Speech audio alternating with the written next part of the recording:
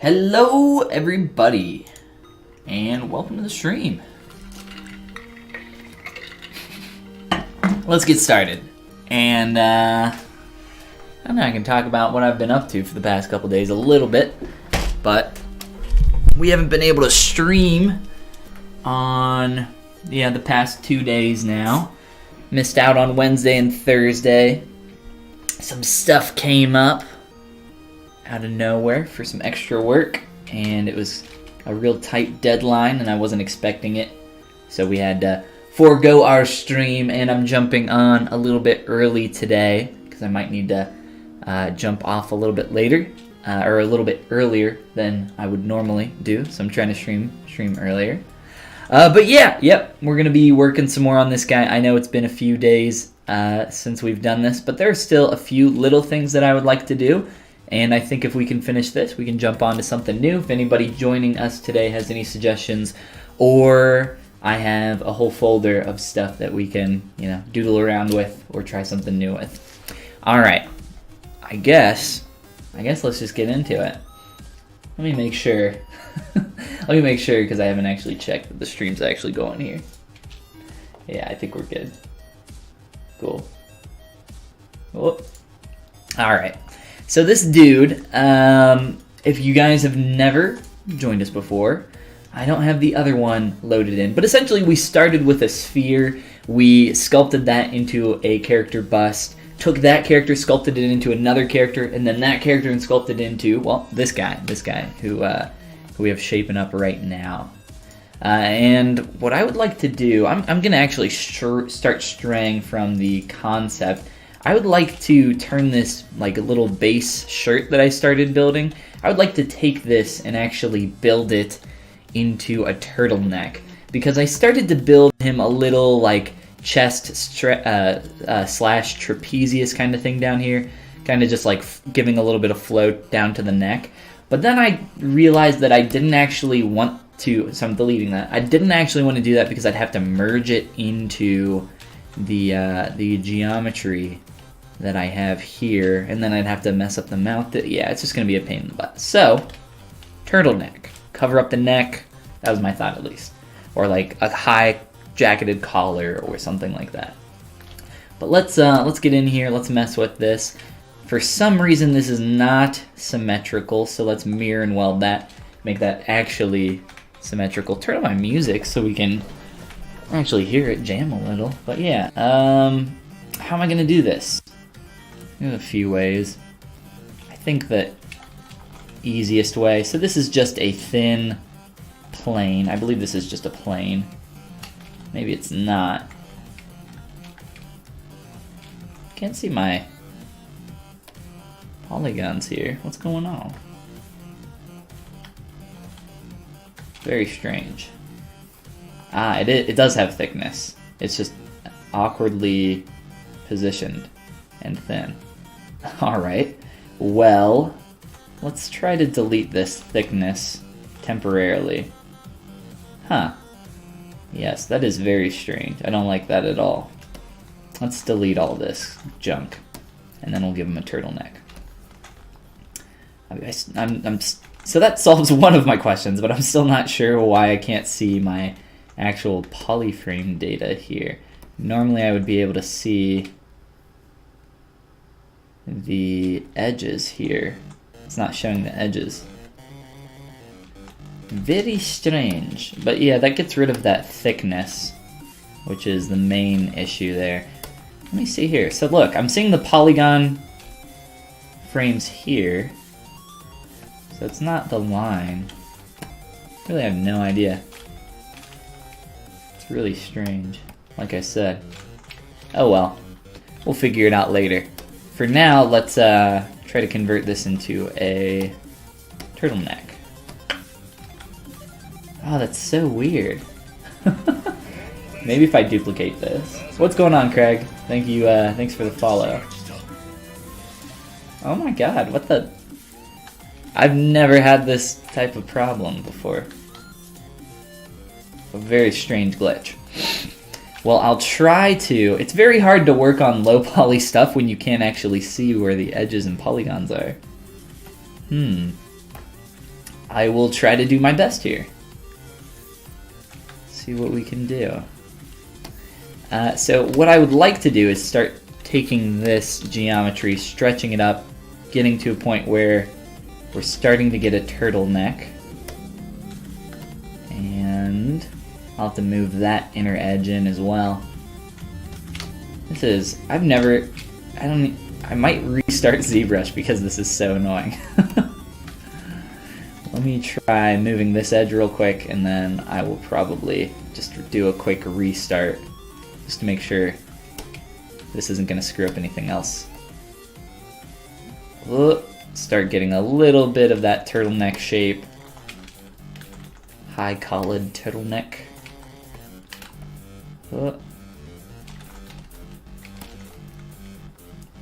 And I can move that up and down however much we want. Maybe something right there for now. What's going on, Craig and Zofo and everybody else? Intuos or Cintiq? Are you asking me what I'm using? What tablet I'm using right now? There is a link down below where you can check out all my gear. This is a Cintiq though. They're both made by Wacom. Let me try restarting ZBrush to see if I can fix whatever the heck is wrong with this geometry. Or even, let me create a new tool, copy and paste. No idea. No idea at all. So we'll restart, we'll try that again, see if we can fix that up. Very, very strange issue. Like I said, never had that one before, and that's way too bright. Why ZBrush? Why do you flash so bright and white whenever I load you up? Let's check our quick saves here and grab this guy. This is just totally broken. It must just be this subtool. Is it possible? No. I was thinking that the normals might have been flipped. What the heck? If anybody knows or has an idea of what's going on there, let me know. A very, very weird one. I guess I'll just delete this edge here. And let's go ahead and give this some thickness. We'll use extrude all polys to do that.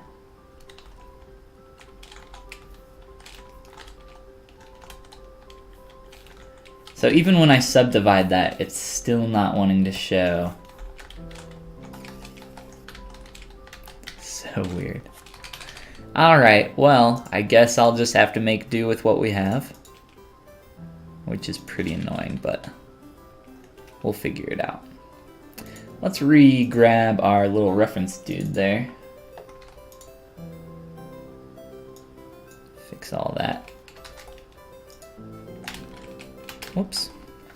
So, as I was saying at the beginning of the stream here, for those that are just joining us, I unfortunately wasn't able to stream over the past 2 days, just because some extra work came up that I really wasn't expecting, and I needed to squeeze it in the schedule. It was a pretty tight deadline, so unfortunately we missed out on a couple days there, but we're back now and trying to figure out what the hell is going on with this.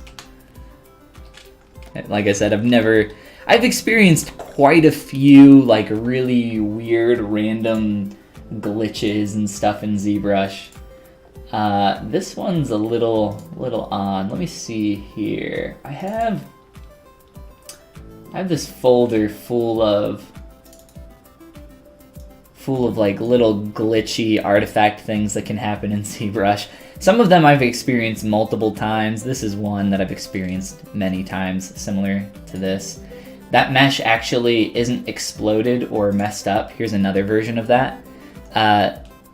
It's actually just a visual glitch, and then after a little bit it'll stop doing this little tweaking or warping. I think it has something to do with live boolean, but I'm not positive, which makes me think that maybe I could, yeah, no idea. But yeah, I got a lot of those images and videos of stuff very similar to that. All right, so high collared turtleneck. That's the name of the game for now. I'm going to try to inflate this area. So just grabbing this edge. What I really like about ZModeler is that you can use all of your other tools in ZBrush with it in tandem, which is just awesome. You can use your masking, all your standard tools. Like you can just take this low poly stuff and grab a bunch of it with the move brush. All really cool. Love it. So we're starting to inflate that edge. We could straight up go down into deformation inflate as well. I use this a lot. It's probably the most used deformer. Let's flip our polys real quick and try that again.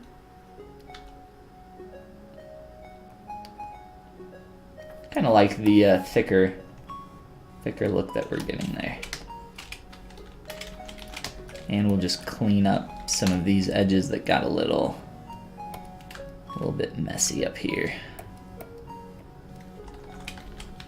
And then another thing that you can do for, you know, if you're really trying to round out a shape, just give it a wider bevel.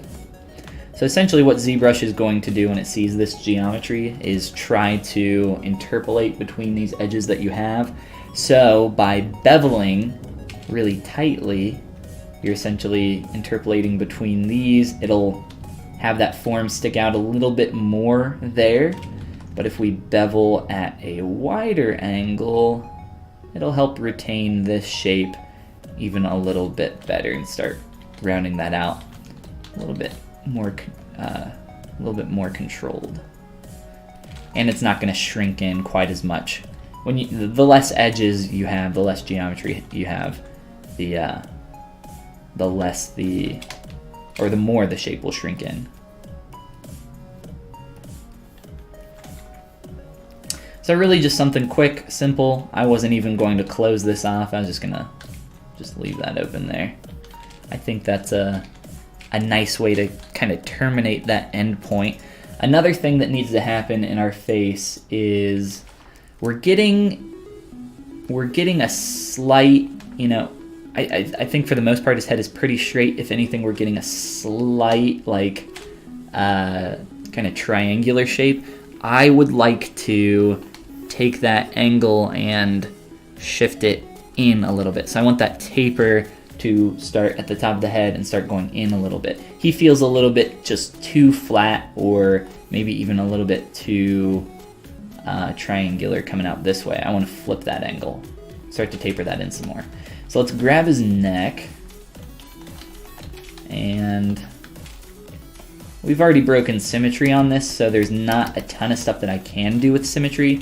One of the few things that I can do though is make really big moves.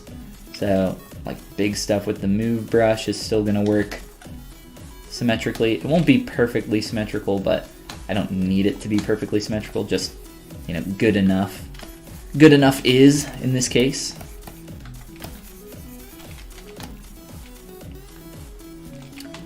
And I also wanted to taper in the corners of his jaw. Cleaning up this area really fast. This is one area where I should not be using symmetry. But the neck's a little off there too, so let's trim that in. Or straight up pull that in. So a lot of the time from the front view for your stylized characters, and also, you know, real characters, humans, you're not going to be able to see the corners, or the back corners of your jaw, you know, flowing back from your chin, back right below your ear, got your ear canal behind there.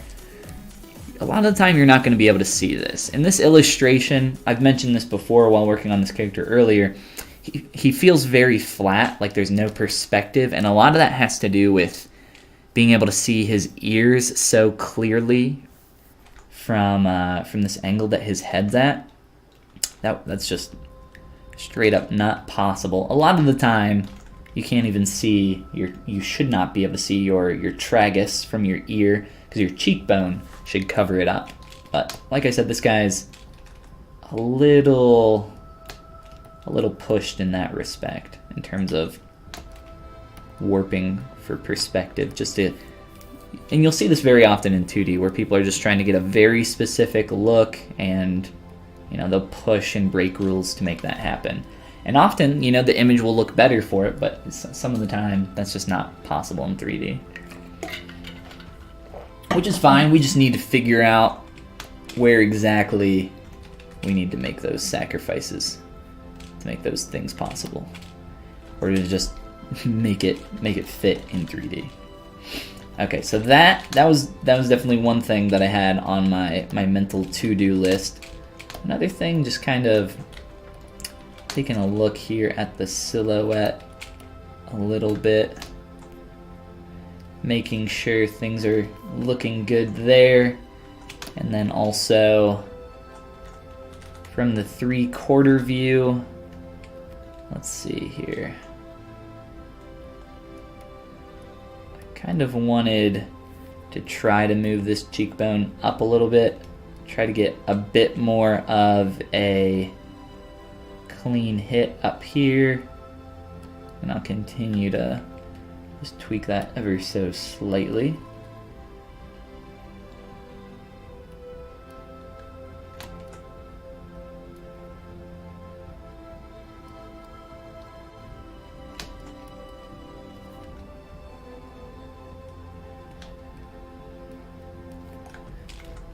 And a lot of this stuff I can't do with symmetry on just because this is just completely out of the way. So if you guys have ever tried sculpting when you have an asymmetrical mesh with symmetry on, the way that ZBrush works, and we need to fix our eyes, but the way that ZBrush works, on the first time, let's see, I'll use a different brush. It starts sampling your surface wherever you press. So as I kind of pull up here, the sample is reading at the depth that I'm stroking over here, but the symmetry can't take that into account. So essentially it's trying to replicate this depth of stroke over here to this side, and because of that you'll end up with stuff that's either too shallow to be seen or way too deep, and it might not even come through, or it'll just be really large. In this case, it doesn't even come through because the stroke depth doesn't even reach the surface to affect it. So I have to do a little bit of extra work here just because I'm already in that asymmetrical stage. Make sure that eye's not poking through there.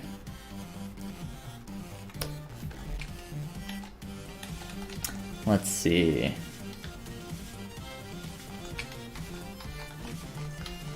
Let's pull this angle out a little bit here, down, and let's just adjust this a little bit.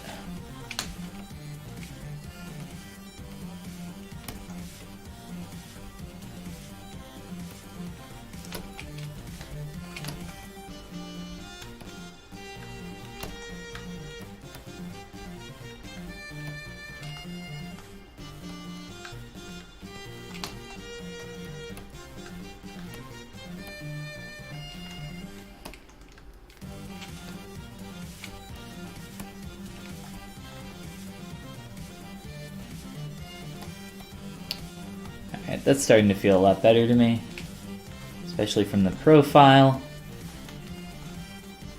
And I don't know, maybe we could add some extra little details on here. So like a tiny seam or something like that. Like if we, whoops, you can like extrude along a loop here. Get like a little kind of nice seam through there. You could also do the same thing to get a seam. I would do something similar to get like a seam running down a sleeve or on the side of a shirt or whatever you're working on. Something like that, maybe. But I kind of liked it a little bit more smooth. I think I'm kind of fine with that. Also, I don't want to overcomplicate that shape needlessly and then just have it draw your eye for no reason. I think just a little pillow turtleneck's just fine. What else we got here on my list that I was looking at? I said I wasn't going to do facial hair. A lot of what I was trying to do was more just facial, proportional, and style study. But I think other than these like last few little tweaks that I'm going to do here, I think that'll be it on this guy. So if anybody has anything specific they want to see or anything else before we move on to our next character, speak now, or we will move on.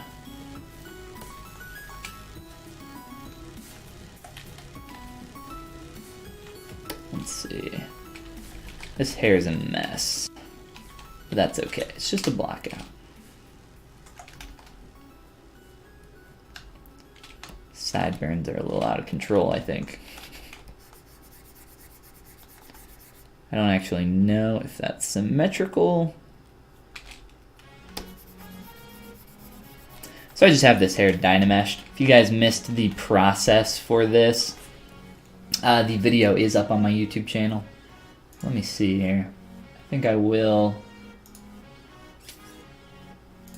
load in the other guy so you can see a little bit of, yeah, same style.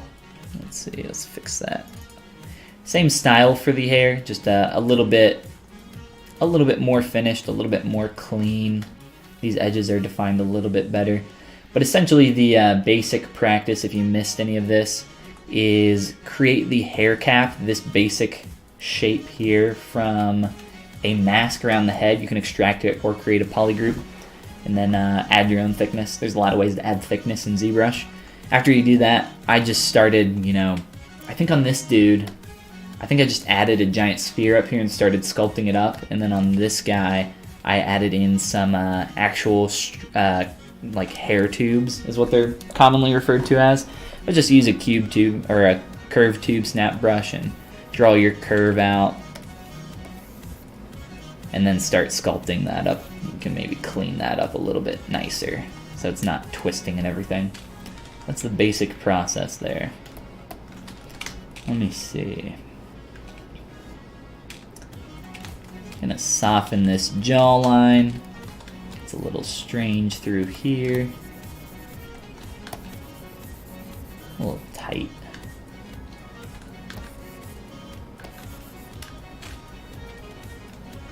Still want it defined, but I just don't, I want that plane change to happen here. I just don't need a super tight line through there. It starts to look really silly. Oh, come back. Same kind of up here. If you're looking at the corner of your own jaw, or if you're looking at a lot of reference, typically you're not going to see a ton of definition between that area between the chin and the neck. So I see that overdone a lot. There's definitely instances where people are either so thin or bony or whatever where there is a huge kind of gap there, but I would say for the most part you would not expect that. Let me save this dude here and we can start looking at what's next.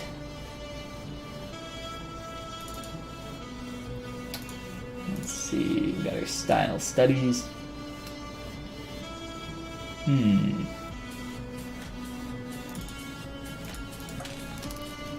And by the way, I'll give a quick shout out for this dude. Let me find him real quick.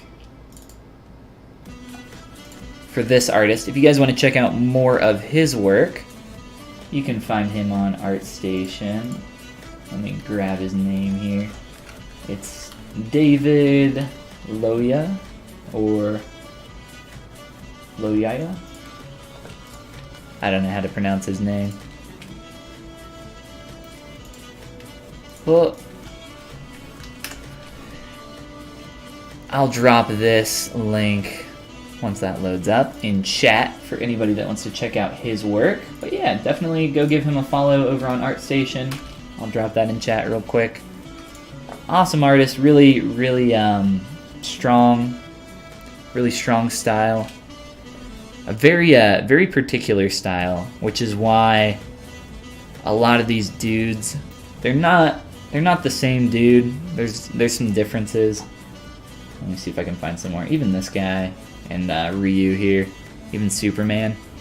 Very like kind of same face syndrome, which is why I wanted to study this guy's work and just see kind of what I could glean from working on. And this is actually even the same expression to the image that I have here. This expression. So yeah, it's almost exactly the same, just rendered a little bit differently. But yes, so I think he might actually be the same character. But you know, definitely check him out. Check out his work. Go give him a follow. Awesome artist.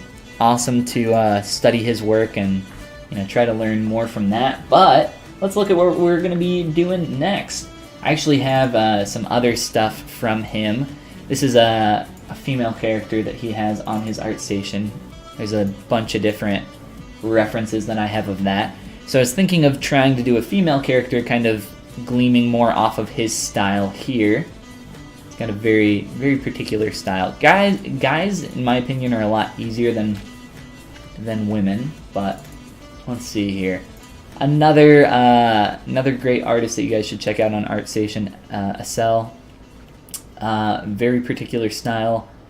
Very I don't even know how I would describe it, but like very defined planes of the face to the point where the front of the face is like almost a shelf.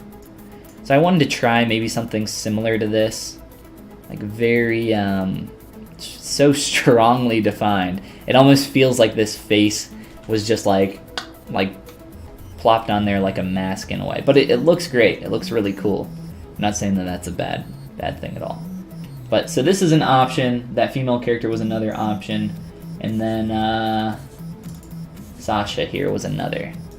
So if nobody has a preference, what would I like to do? We've been doing a bunch of dudes. We've done like 3 guys in a row.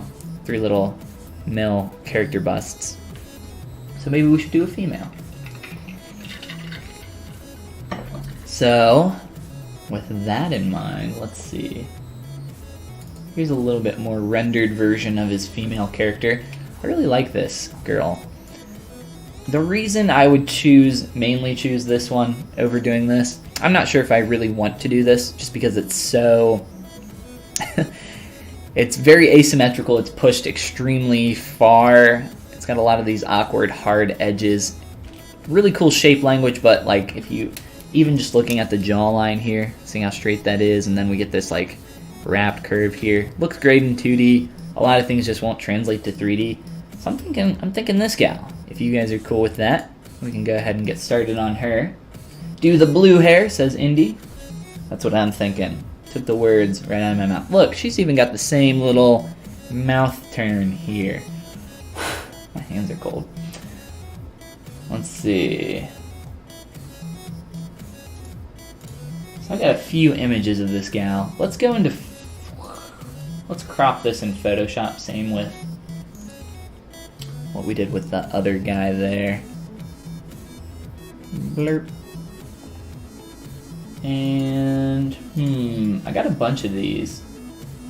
Let's take a look at a few and see what would be good for reference and what would be bad.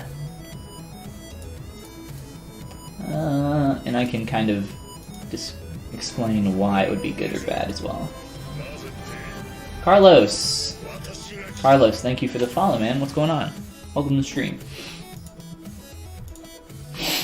Alright, so the only reason I would probably use this as a reference is for the silhouette here in the face from this 3/4 angle. It may be like a little bit of the ear shape, but the ear's pretty similar to the last ear that I did, so I probably wouldn't even need that. This jaw, I don't know, it's not. This reference isn't very helpful to me. This is the only information here that would be even slightly helpful. Kind of same here. Hand on the face isn't doing much for me.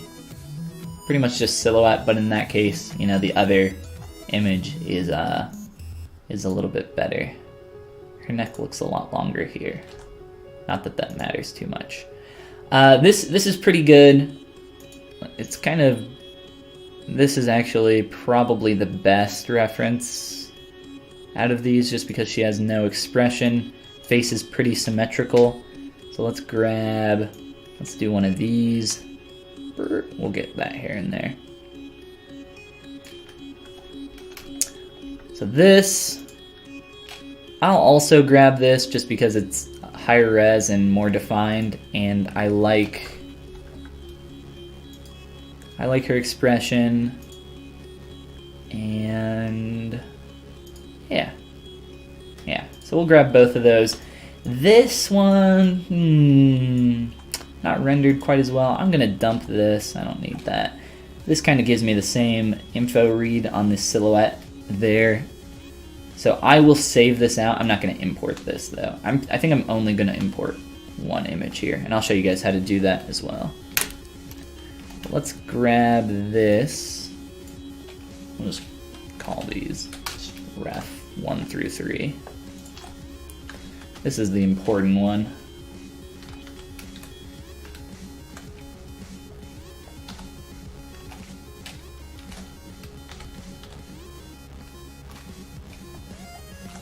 Alright, let's hop back into ZBrush. And then our next question is figuring out whether or not we want to start from scratch, or if we would like to use this dude's head as a base, much like what we did with this guy. If you guys haven't seen the process, we took this guy's head and warped the hell out of it until we got here. So this guy, David was actually born from Small Boy, as I have coined him. Alright, so let's just, I'll hold on to that for now. Let's import our image, our reference image. So go up into your texture menu up here, just click on import, find your gal, bam, and then click add to spotlight. We have a bunch of spotlight images in here now. Let me make sure that that's not hidden behind my face. And I will save that spotlight. So the reason you want to save your spotlight is because it'll save the position, and will save the, if you make any changes to this image, or if you like cut out the background or anything with spotlight, it'll save all that for you, which is pretty nice. I like to use that a lot. Whew. Zofo was also saying blue hair, so I think we're cool. I think we're going the right direcciones. All right. So what do we want and what don't we want? I don't want this. I don't want the hair. I don't need these eyes. I can redo the eyes, but I think I'll just hold on to them. It's not gonna hurt anything to hold on to them. Let me see if I can. I'd like to realign these. And there's some tricks to do that. Some tricks of the trade with snapping. It's a little bit awkward on spheres. It doesn't work quite the same. And it doesn't look like it's lining up quite the way I need it to. That's mainly because I think the normal of this sphere isn't aligned properly in ZBrush. And this is the default point sphere in ZBrush. I'll hold on to those eyes and maybe just apply some new ones later if we need them. Eyebrows, eyelashes, I will actually keep my eyelash. Are these broken? These are two different resolutions. Let's delete one of these. And I will hold on to one. We might be able to reuse that.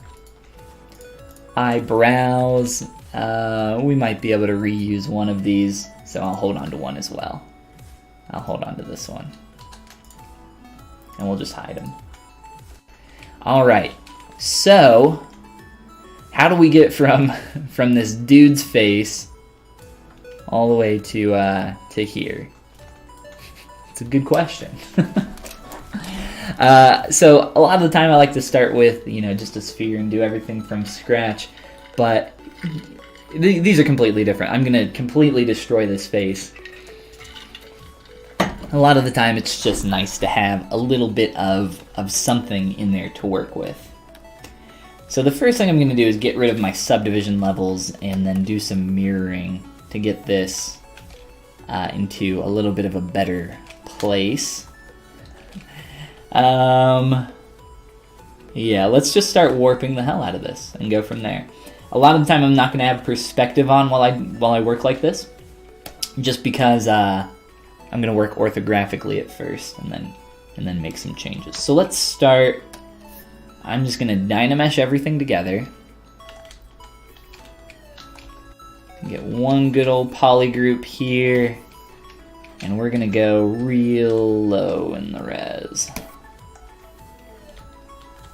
Just so we have something that's workable.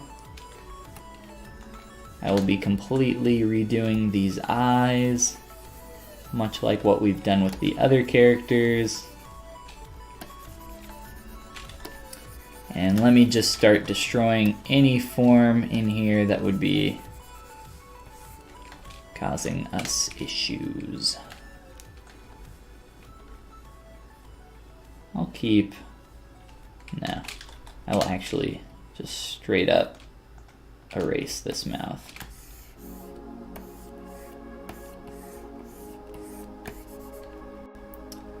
It's just messing with the form too much, creating negatives or concavities where they don't need to happen.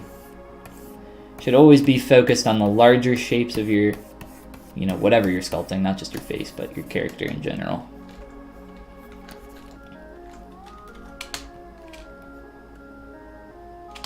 Very round face. I'll have to shift a lot of stuff around, but probably the first thing that we'll do here in just a moment is line up our spotlight image. So we're just going to take this. Actually, let's grab our timeline here and find a good place to drop this head.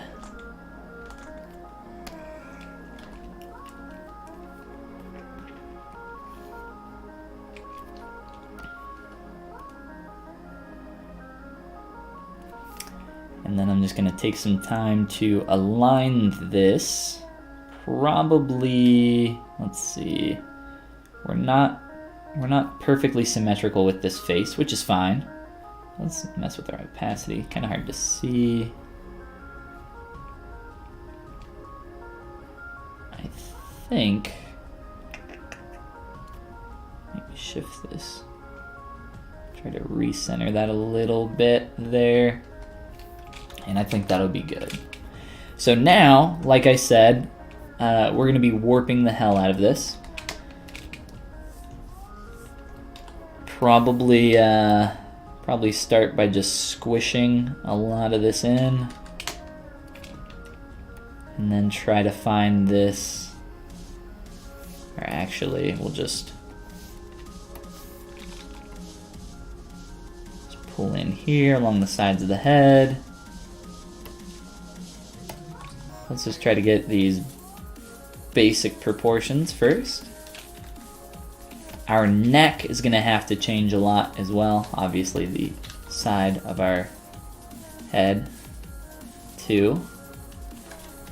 From here, let's actually make this a little bit easier on ourselves. Give us something lower res to work with, so that this neck can actually be adjusted properly.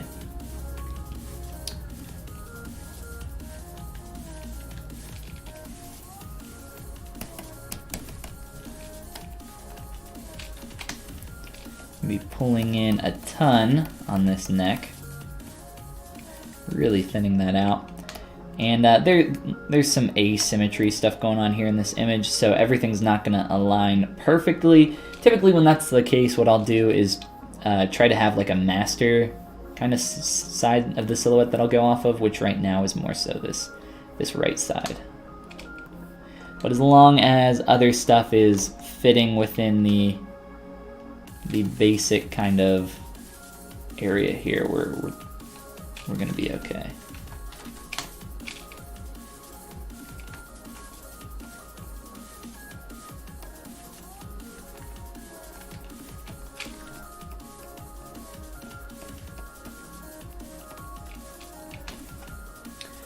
And then after I finish aligning, and honestly what's great about using that base is that it's, even though it's a male character, a lot of the stuff is similar, like in ear shape, just the way that guy creates his ears. It's nice that stuff will kind of line up a little bit better.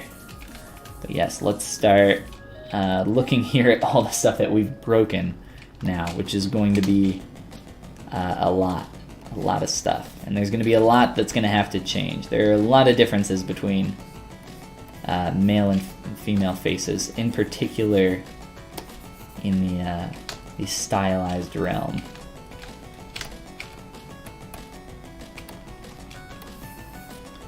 So let's just start working on our profile a little bit here, and then we'll jump back and forth on everything else. So really basic shapes is really kind of big stuff. If I up-res or subdivide, it's only going to be temporary so that I can either fix something or make a specific change. Let's move this back over here. I want to be able to look at this while I work.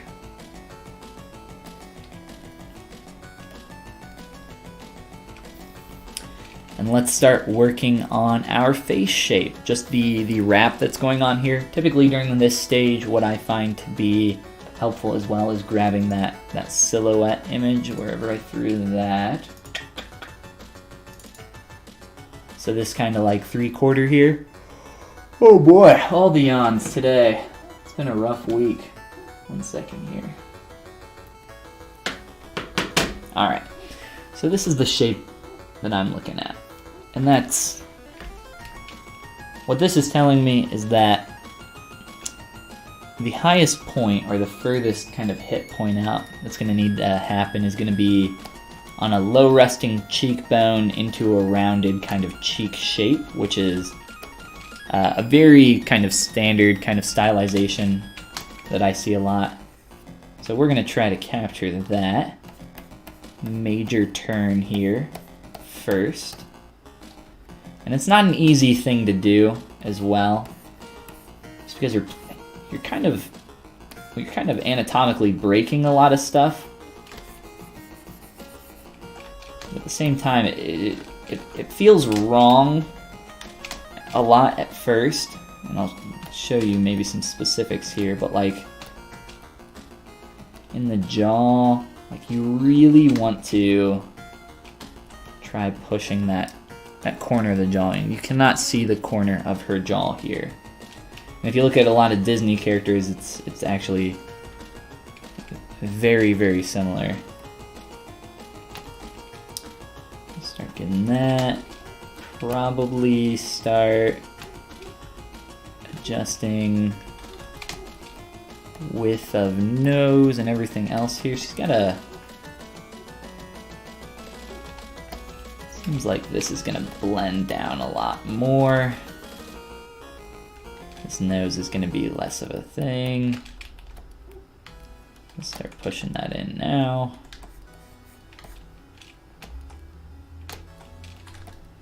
Starting to get a little ugly. Everything's gonna get ugly during this stage, actually. If I didn't forewarn you.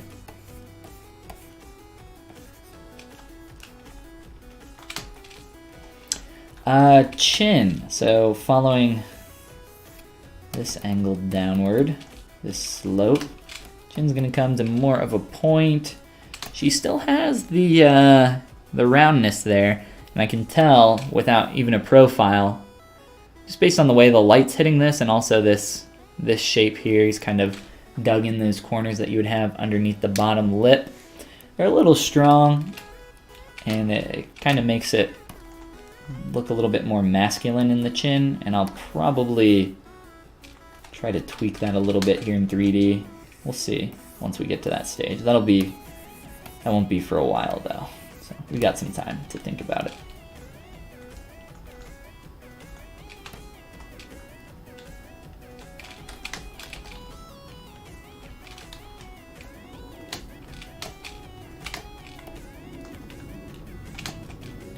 Let's try getting a little bit more depth in our face. Turn on perspective here. So I want this to wrap pretty strongly.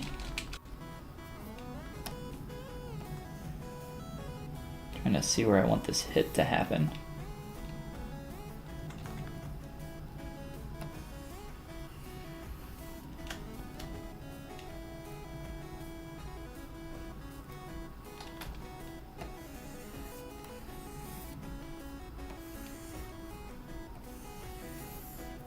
So this really sharp line that I'm putting in right now, that's only temporary. That's just so we can visualize where this form transitions and start blocking out this shape a little bit more.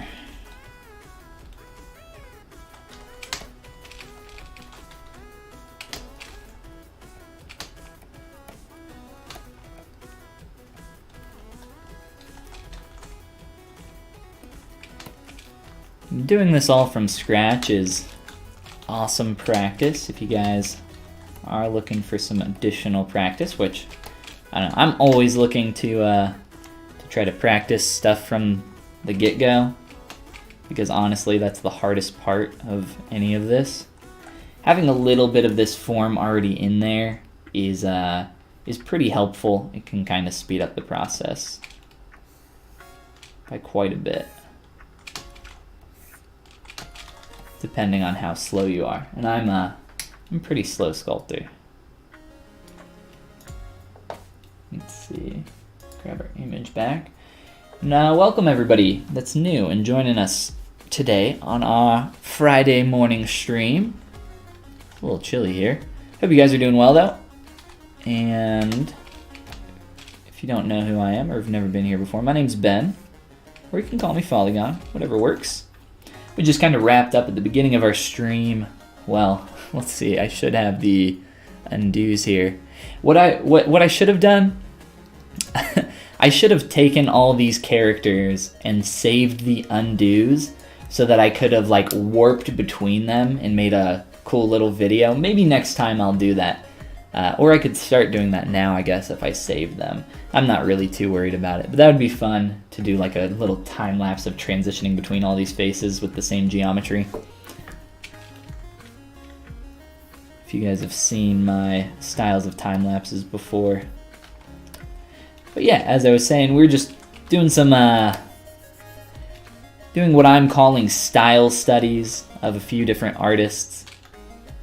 I'm doing a second character from the same artist right now. That is such a sharp eye angle. It's gonna be a tough one. But yeah, we're gonna continue working on this gal. And Chappie, what's going on? Thank you for the follow. We're gonna continue working on this gal. I doubt that we will finish her today, so we'll have something fun to do tomorrow on this next stream, and possibly try to finish this then. We'll see how much time we got. Try to fill in that angle a little bit. But yeah, unfortunately, if you guys if you guys have been here before, we weren't able to stream for the past couple days. I had a bunch of work pop up out of nowhere, and they were on a very tight deadline, and I had a lot of stuff that I had to get done. So unfortunately, we weren't able to stream yesterday or Wednesday. That shouldn't be a problem tomorrow for sure. Whoa. Jay Murphy. Not a Murphy, but a Murphy. Thank you for the follow, Jay.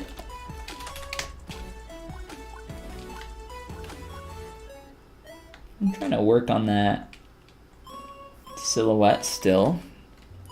It's really the silhouette and just these really basic shapes are going to be the most important thing here at this stage. Let's see. Let's start softening this a little. There's an angle that I want to try getting a little bit more through here. I'm just looking at my 3/4 silhouette here right now.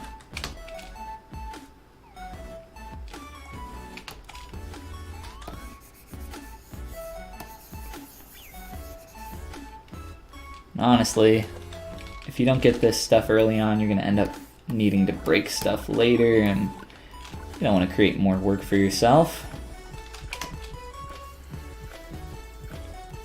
Let's see, so that's definitely reading a lot better there. Let's see, can I push that in some? This area is feeling a little all over the place to me. I think let's just try. Definitely looking at this from this extreme angle down here. It's very helpful. I'm seeing some weird shadowing going on here.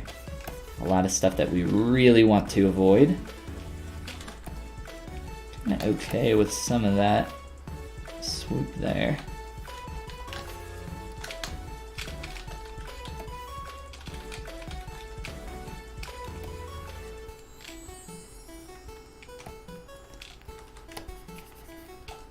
Let's see.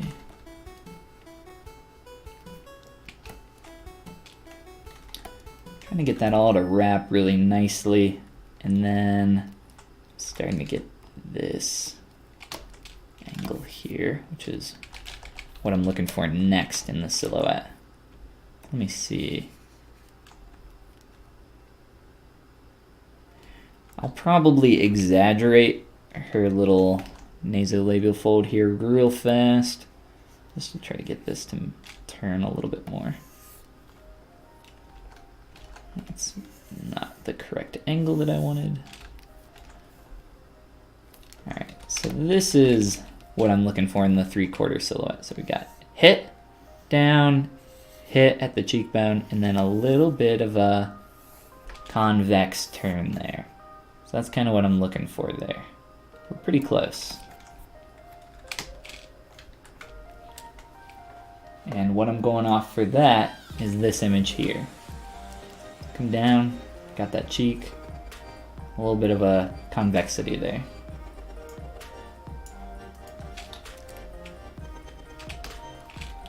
And I think a lot of that's just going to be fixing the angle of our jaw. Making that feel a little bit better through there. I'm just going to tighten up that plane. And let's see.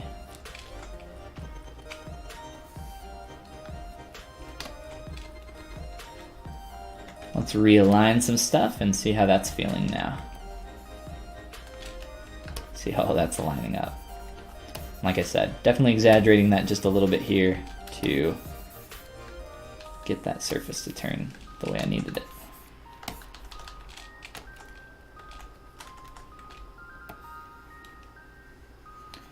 Her nose actually isn't too far off from the last dude's. It's just the inner part isn't quite as long as on the guys.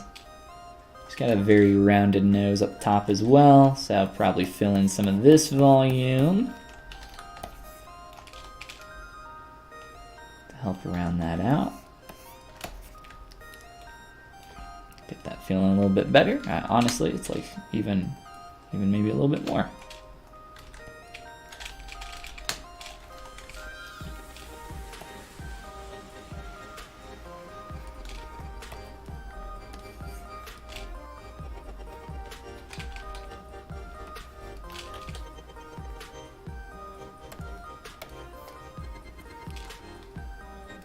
Some quick nostrils here. Just something fast. Probably a little bit big, but that's okay. Alright, so let's realign our gal here. Just smacked my elbow. Alright. Turn our opacity down. And we'll just start scaling that up.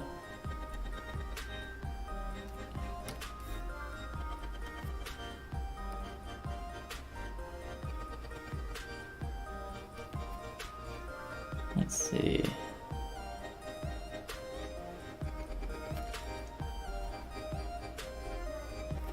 Too big, too small.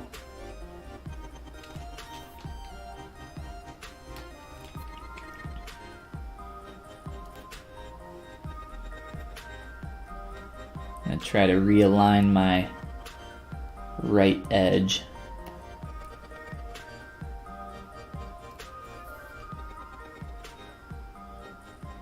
Alright. And I'm not gonna get this exactly where I had it before. It's gonna be close enough though. Let's do some adjusting.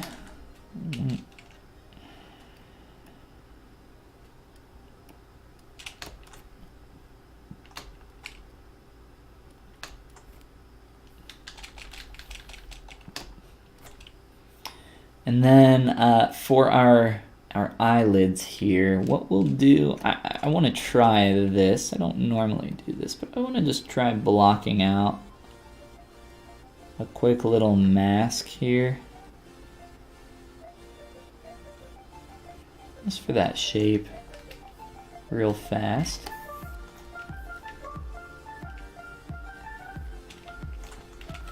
And I'll just polygroup that. Then I'll have that to reference here. The main thing that I want to make sure that's happening is that our jaw and silhouette of everything is just kind of lining up nicely here. And for the most part, from that front view, I think we're pretty good. Figuring out the silhouette will be kind of its own thing entirely. Kind of going from kind of wonky back here, isn't it? Let's see. Oh boy.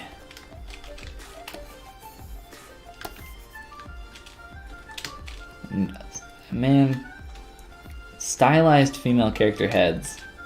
They always have these like, I don't know if you guys have ever seen like a 3D figure of an anime character or sculpted any anime figures or anything with that heavy stylization. They always have these giant bulbous heads in the back. Excuse me. And a very very tiny face here. There's an anime. There's an anime in here. Somewhere. Maybe it's actually a project. I don't know. I don't want to open up a project. It is. Let me here. Do a quick save. And I'll load in this anime. One anime, please. Yeah, but you'll see we got this really tiny face. And this giant bulbous head. And this is actually pretty close to what those anime figure heads look like. But then they paint them up really nice and make them look good. But right now this is pretty rough. Where's our quick save? There we go. We'll jump back on that.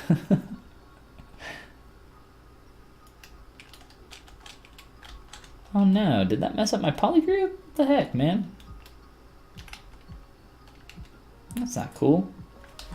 I'll redo that real fast.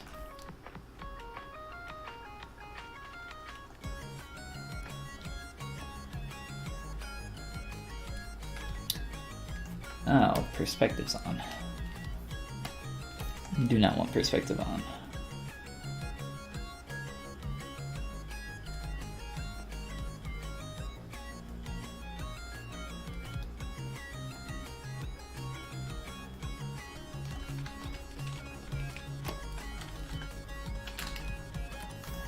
I don't know why I couldn't draw this out further, but there we go. Alright. So for some reason that like destroyed my poly group. So this time what I'll do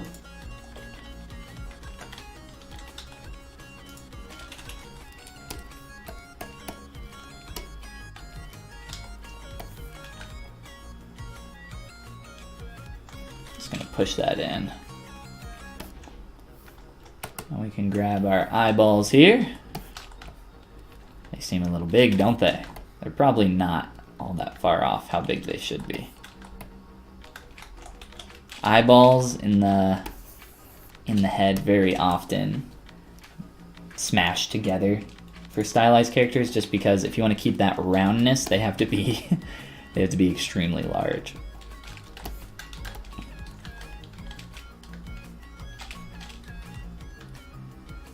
So that's gonna change positionally for sure. I'm gonna take our gal and move her back where we had her.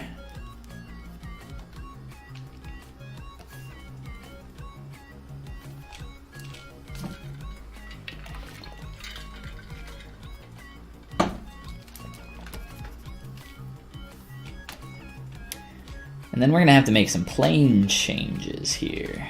Quite a few, actually.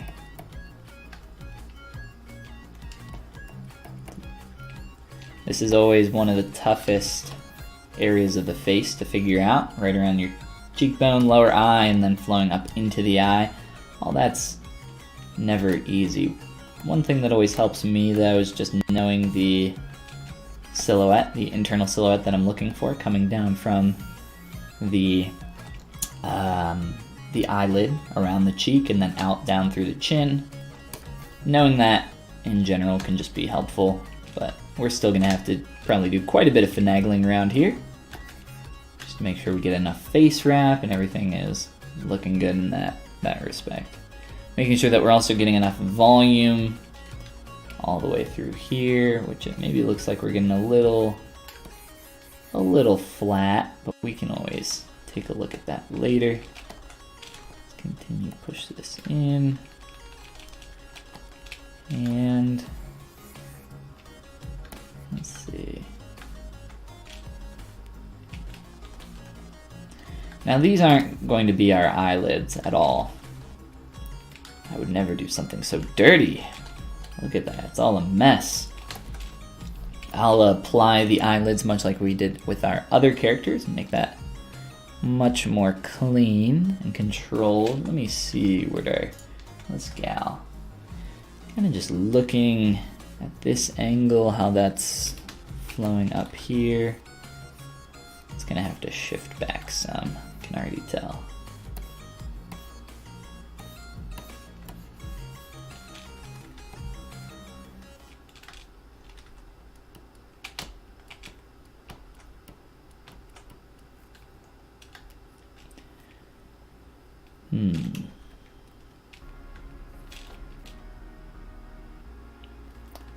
Trying to get some of this, which is what I was looking for.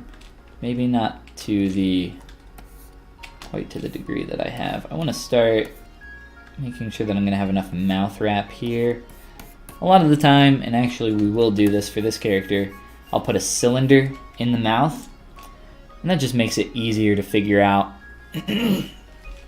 how that shape of the mouth needs to come together. If you have something in there that you need to wrap the actual mouth around, it's very helpful. But yes, we got a nice, cute little alien here. Everything starts off looking like an alien. Let's see, what else do I want to do here? I want to mark where my mouth should be very quickly. I'll just eyeball this, it should be fine.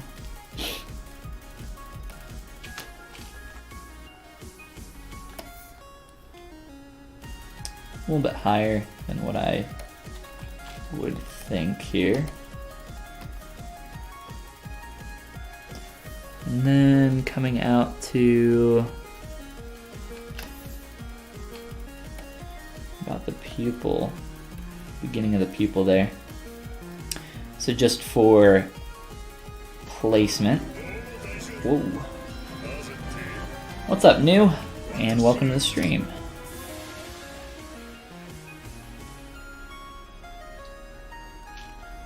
So quick little placement of our mouth, just to start getting that in there. And then from here, I'm looking at her silhouette. I'm actually kind of tempted to bring this down. Play with this a little bit here, proportionally.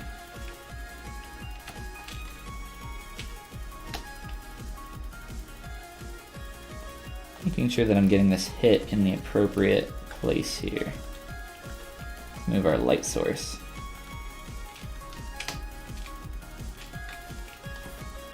This is probably just getting this this volume here to feel good. It's one of the harder parts of these style characters.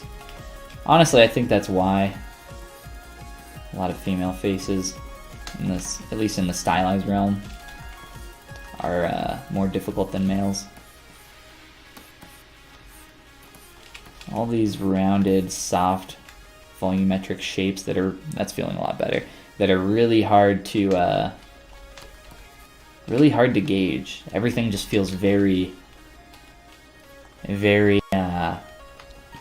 hard to grasp, very ephemeral, right? But with this, it's like there's a lot of hard planar turns that I can define and know where they need to be. Still, though, you know, that each one has their own challenges, but I think female characters are more difficult.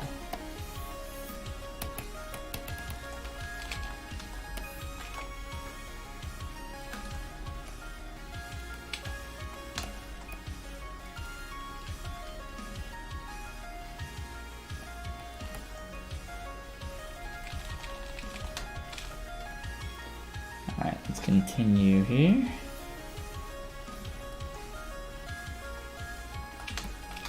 Going to sleep soon, just chilling until then. You must be across the great Atlantic then. Or I guess technically across the Atlantic and the Pacific, most likely. Or you're just going to bed early.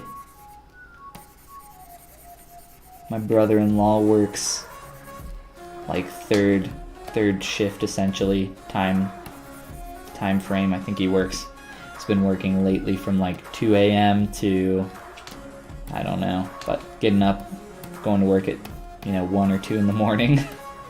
Sounds pretty terrible. But I'm sure, I don't know. You probably don't really ever get used to it, but I'm sure it gets easier with time.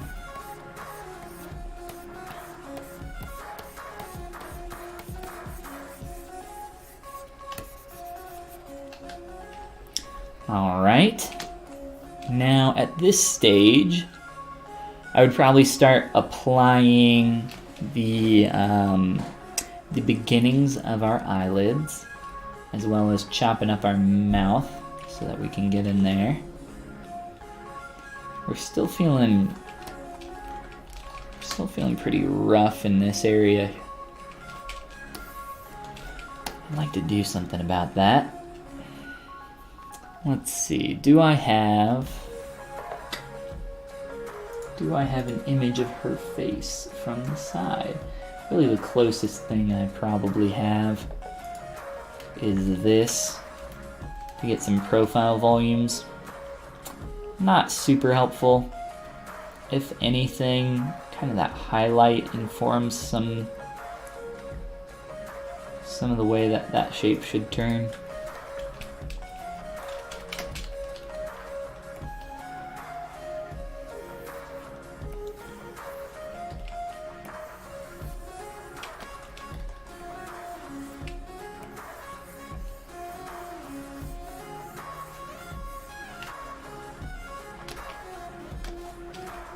And then another volume that's going to be important to get in there is coming up through the eye up here. So we fill all this in.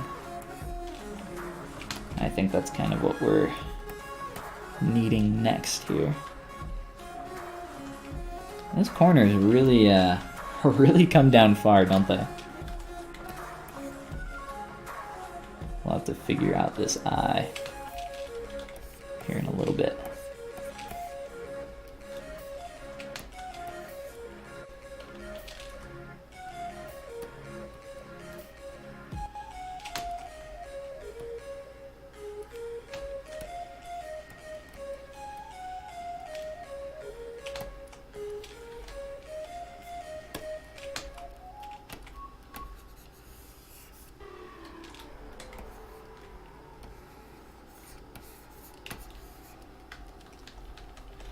I think I've mentioned this on all the characters that we've done up to this point for our little style studies, but it's important to take your time in these early stages and not to rush forward. And I know people think like, oh, but my sculpt looks like a stupid alien and I just want to get on with it, get on to the next thing. Well, it's actually really important that you stay in this stage for as long as you possibly can. It's because if you rush forward and your proportions and basic shapes aren't in the right place, you're going to really regret that later on. You will get to, you know, that more finished look later, something like this, but it's just, you gotta be confident in the mud. Be confident in this stage. It will get better later. It just, you know, takes time. Everything looks like a butt until it doesn't. Unless, of course, you're trying to sculpt a butt, and then everything looks like crap until it doesn't.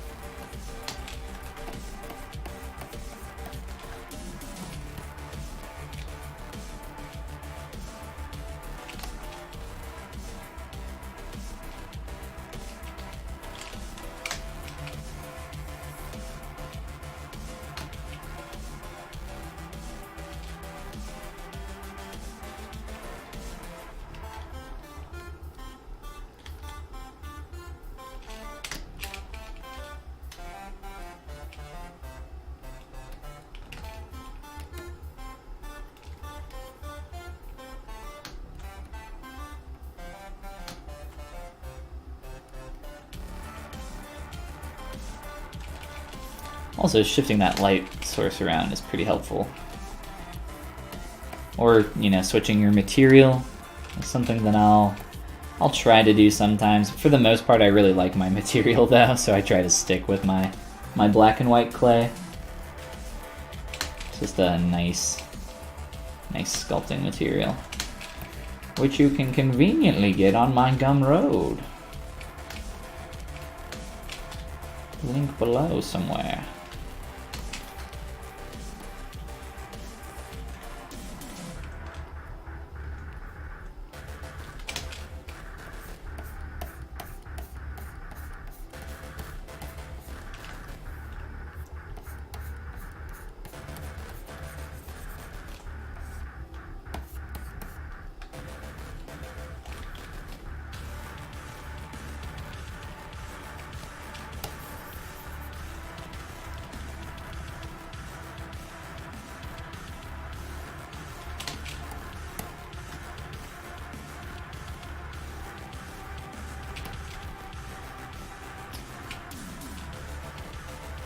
What's going on, Engine? Welcome back. Thought that was you.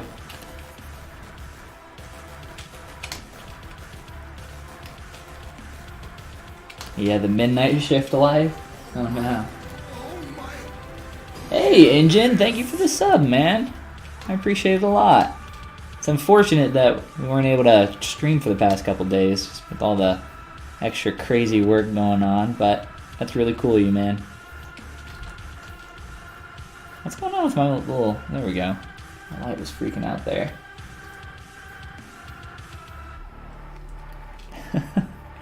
Engine, what is this Hello Cat emote that you have? What is this from? You have it on like everything. Am I supposed to know what this is? Okay, so next up, gang. Chopping off the mouth, the jaw, so we can sculpt or start sculpting lips or eyes. I'll let you guys decide. Engine's got his Folly boy now. That's a good one. You have a black cat. DZI hello. I see. I'm also looking at this portion of the nose here. It looks like maybe we can blend that even more. Really, you want, like, in your female characters, I mean, it kind of depends on the style, right? But it's almost like that nose starts to disappear a lot of the time.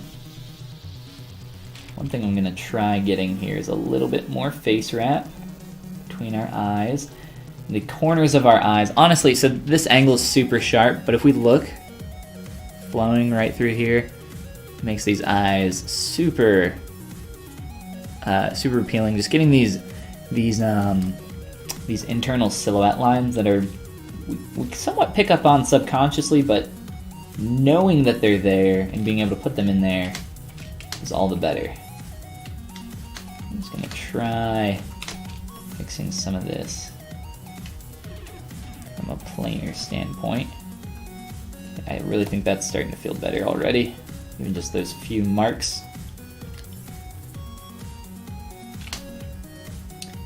We'll mess with this more. I'm gonna have to fix all this angle. Honestly, I think I'm not sure if this was super helpful. I don't normally press in around this area. I haven't really decided yet. I guess we'll see as I start to put those eyelids. I always call eyelids eyelashes, I don't know why. And I always call eyelashes eyelids. I can't help it. It's my eye dyslexia.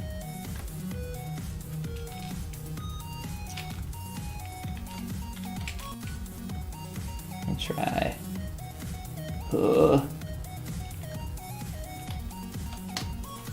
Yeah, really need to sculpt this out, huh? Fill all that in. All that junk. And there's always that extra volume on the outer portion of your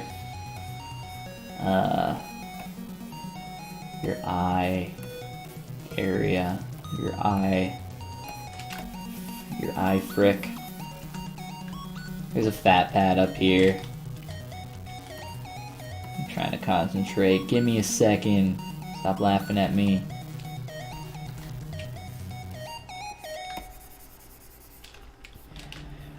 Within your eye cavity region, all this all together, you can even see that they've somewhat indicated it a little bit more, and it kind of lends to the thick to thin stuff that starts happening with your eyelids and lashes.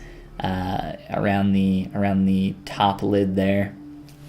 Well, I'll continue to fill some of that in. I know it's starting to get a little wonky, a little dirty up here, but things got to get dirty before they get clean.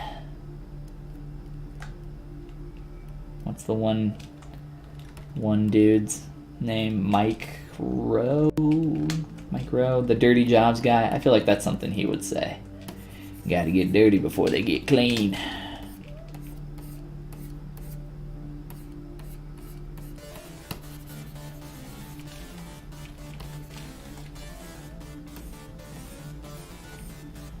I'm just gonna get some more volume in here, all together.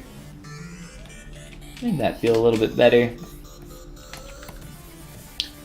the way I think I've mentioned this before, but the way I've learned to sculpt eyes and just get all the geometry in there is actually some techniques that I've stolen from traditional sculpting, or rather just watching traditional sculptors create their eyes.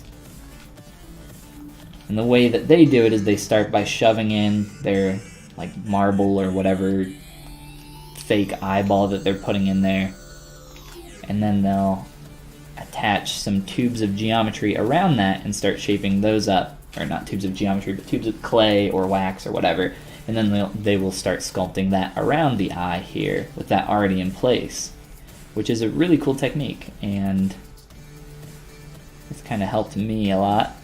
But it's cool that you can pull a lot of that kind of stuff from traditional sculpting.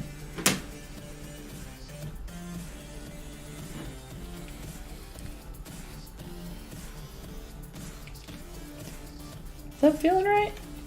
Maybe a little bit more in? I don't know. It's fine for now. It is not imperative. And then we also want to make sure that we want to make sure of a lot of things, but the thickness here between that edge of the eye and then the head, we want that to feel appropriate, and it might be getting a little thick. I tend to make it a little bit more thick than I should at first. Just makes it easier to sculpt.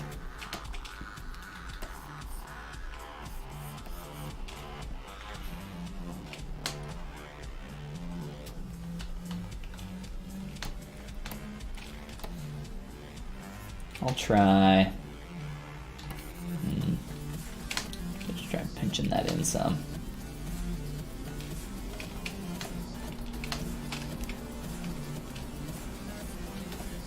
I have a vent right below my desk here, and whenever the heat kicks on, it starts off by essentially blowing just air, like cold, frigid air, right on my legs. I don't understand. It does that for like the first couple minutes, and then it's like, oh yeah, I'm supposed to be heat. I feel like it should heat up before that. I don't really understand. I don't know how it works though, so maybe it's got to start circulating air first.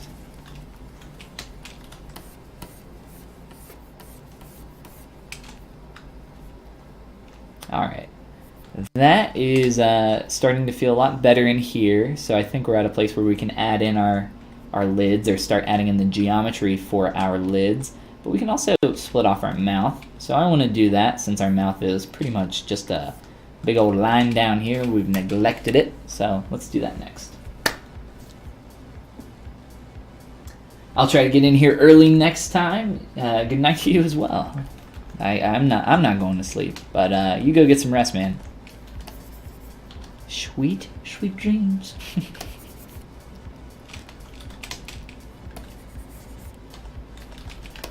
Now here's... oh no.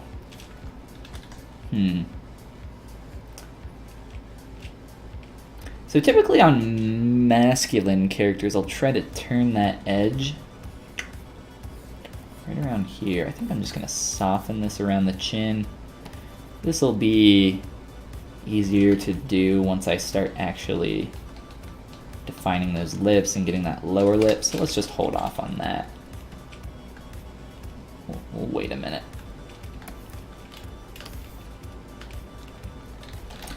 All right. So what are we going to do? We're going to chop off our mouth. I know. It's a lot of fun. But it's a cool technique. I don't really see anybody else do this. I don't remember why I started doing this. Probably just because I thought it would be helpful, and it ended up being helpful. How do I want to do this time? I'll just go probably all the way through. So the objective here, we want to separate the the lower portion of the head from the upper portion. And then from there, we have the ability to get into this area and start sculpting a mouth bag, as well as start shaping our lips from the kind of underplane here, and that makes that whole process just a lot easier. At least it does for me.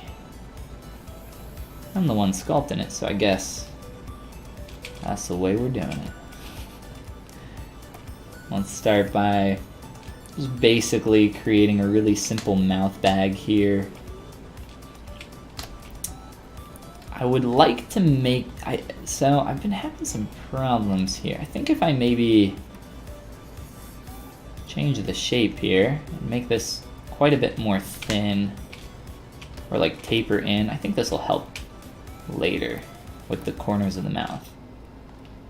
So what a mouth bag is going to allow us to do here is essentially, I'll be able to merge the two pieces of the head back together, and then I'll connect it at the corner of the mouth and like stitch all that up, and then I'll just open the mouth so none of that merges back together.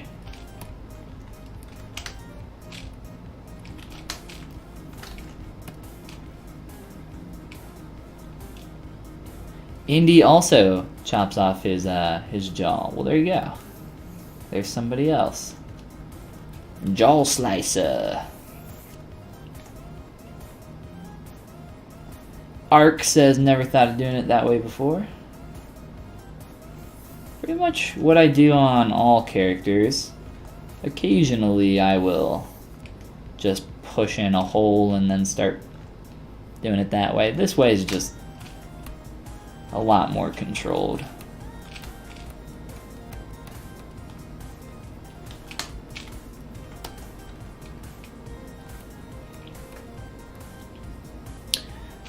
So her mouth isn't open up too much here, but we'll start getting that a little bit.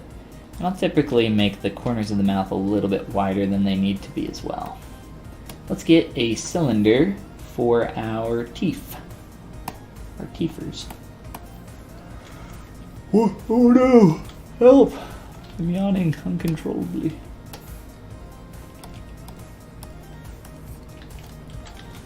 I just insert cylinders for the teeth.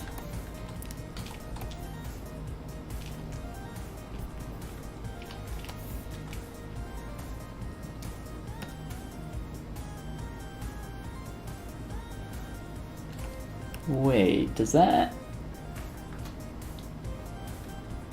I don't know what just happened there. That was strange.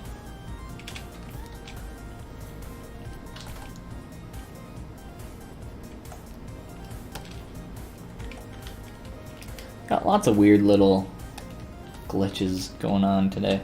I'm sure I just hit a key there. Made ZBrush freak out and activate transparency ghost mode.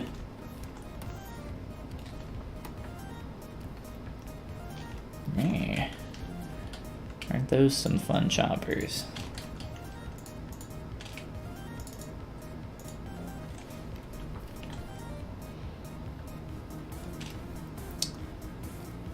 Alright, so let's now start working on getting the angle, or the appropriate angle for our top lip.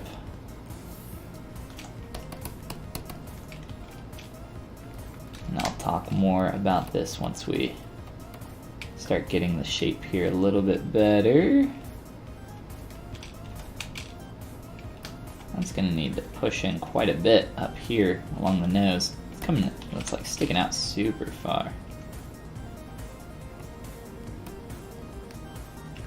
And it's starting to get really, really messy now. Just trying to keep that somewhat clean. I try not to be attached to anything at this stage, so it doesn't matter. Maybe not to that degree, but...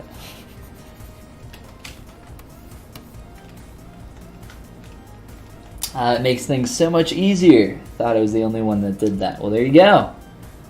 Brothers. We're brothers in mouth sculpting. That sounds very... You know, I just forget I said anything. That's why I watch you every time I can, just learning a bunch just by actually watching. Well, awesome. I'm glad. I'm full of little tricks.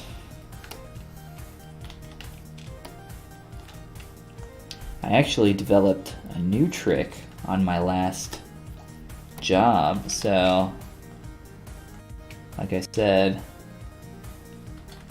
we weren't able to stream over the last couple days because I got pulled onto something that ended up it needed to get done real fast like and such, and for that project I ended up developing a new technique for myself for doing something really cool, and I'll show you guys something with that at some point, maybe on like the Pixelogic stream or something, just since there's more people typically there.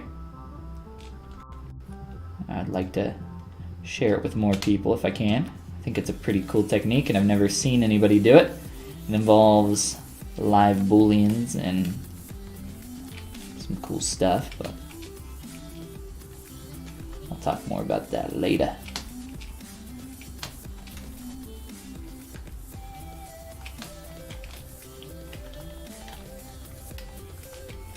All right.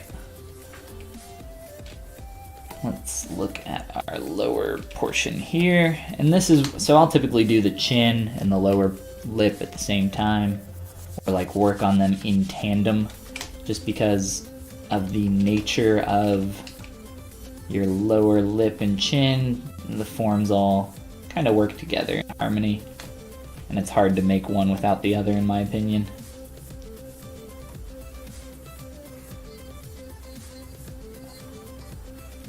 Stupid freaking lazy mouse. I hate when lazy mouse does that. You're just like drawing an edge and then all of a sudden it's like wah.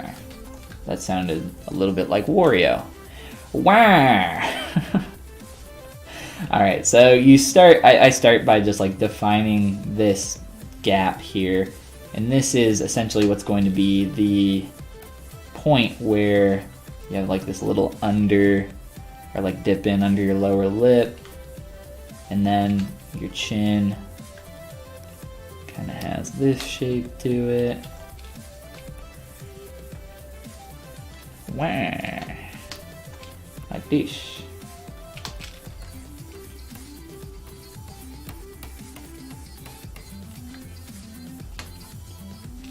But not quite so rough. I always try to define this stuff a little bit more at first. And then we're gonna have to change the plane of the lips as well. So for the lips, it's not super far off. More of a hit. Actually, I just need some more volume here, so more like that. I know it's ugly, but it's gotta be ugly at first. Thicken that up and do a quick Dynamesh.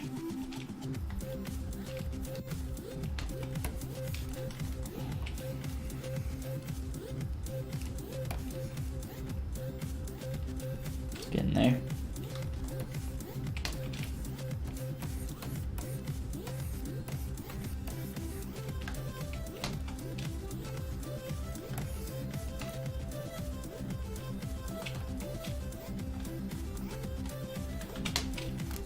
And then I've cut this in on purpose, but I'm not, it's not actually going to be cut in like that.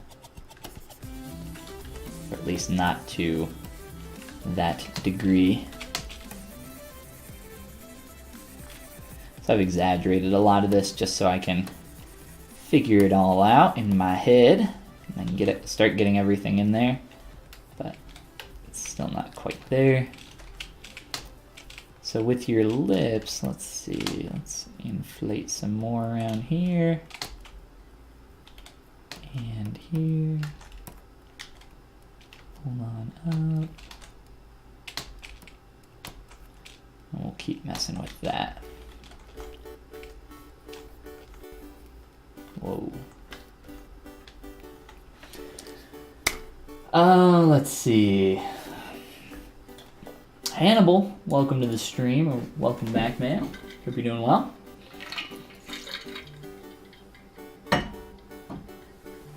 Follygon, I love your logo face. Thank you. He's my little Follygon. Oh god, okay, whoops. Let's see. I showed how to sculpt a photorealistic cat in 5 minutes. Yes, that's exactly what I did. Scroll on back and you can see the whole thing.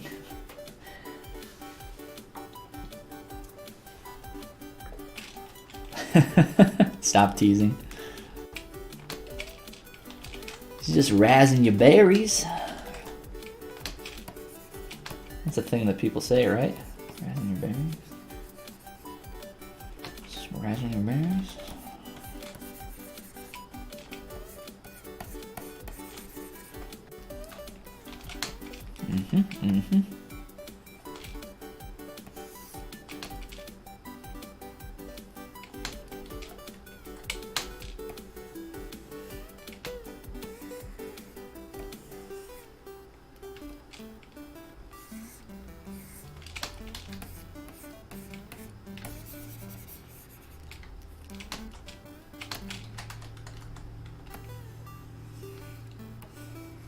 I'm probably like sitting here over defining this and should move onto the upper lip. I try to keep stuff at like the same level of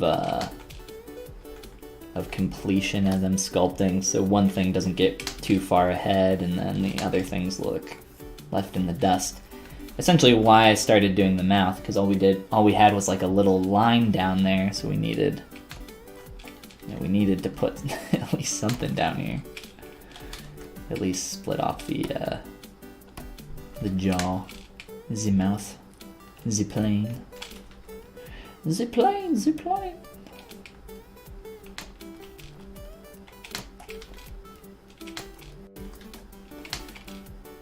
Alright, so first give me some thickness. I don't know why I made that so thin. Just trim up this. Start getting this angle to change here. I think wah is my new catchphrase. Which kind of implies that I had an old catchphrase. But I don't think I did.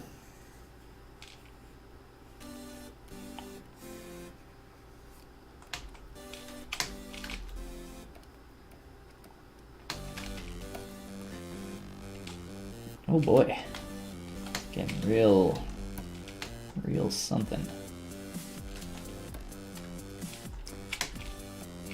She has a very that shape's a little funky in my opinion. I'll probably, I don't know. Let's play with this upper lip for a minute. A very kind of strong pushed shape there. Not in a good way, in my opinion. Let's see if we can maybe improve upon it a little bit.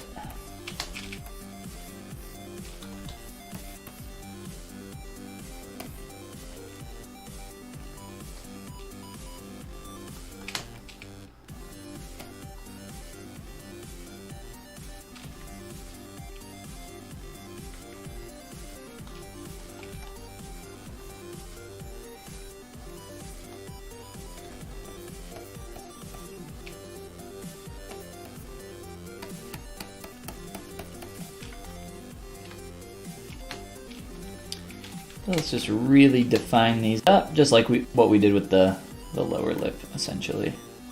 Really define those planes.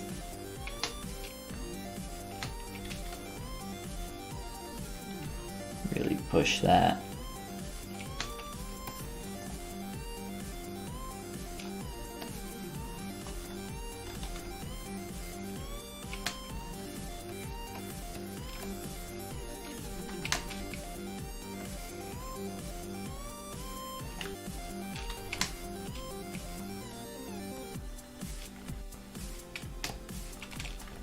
I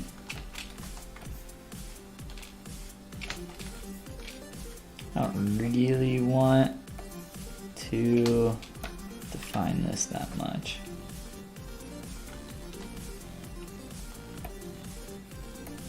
It's one of those areas that often gets over-defined through here.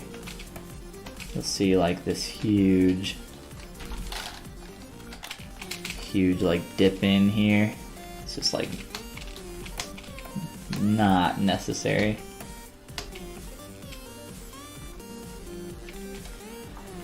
Herbaderbader, get in there.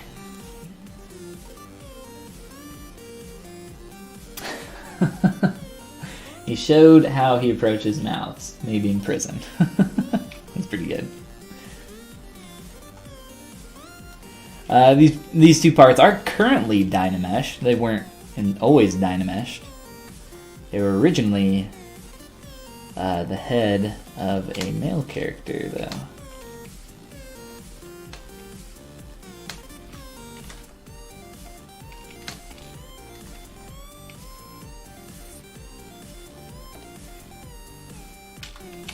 And these won't stay Dynameshed either.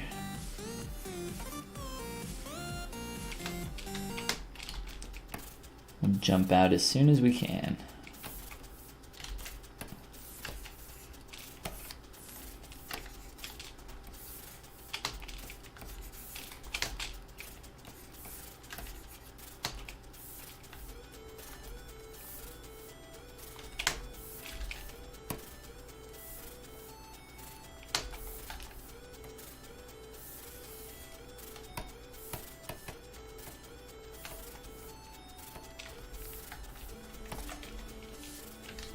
Alright, so a little bit wide in the mouth and the lips in general. That's totally fine. I always try to make it a little bit wide at first, just because when we merge this together, the corners of the mouth are going to fuse and it's going to end up being smaller than what we want a lot of the time, so push it a little bit wider at first. Also start to change the angle of our mouth. Getting a little messy up through here, that's okay.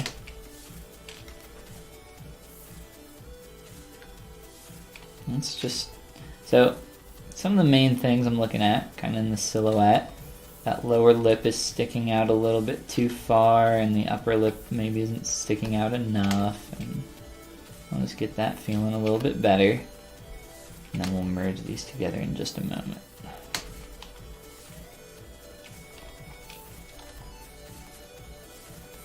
Feeling like I'm lacking a lot of volume through there. There we go.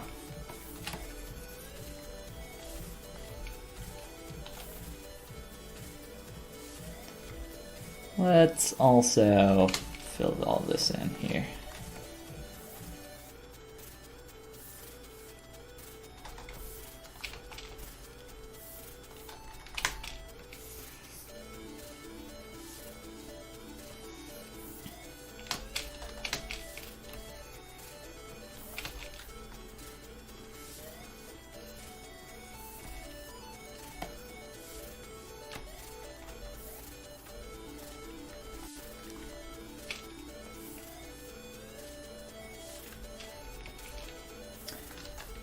Merge down. So now I have these merged. And I don't want to Dynamesh these yet. I just want to spend some time lining up the corners of my mouth and figuring out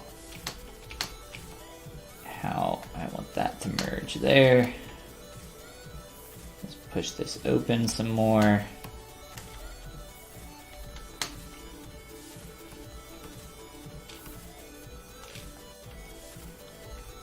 And let's also double check on our mouth bag here. Looks fine to me.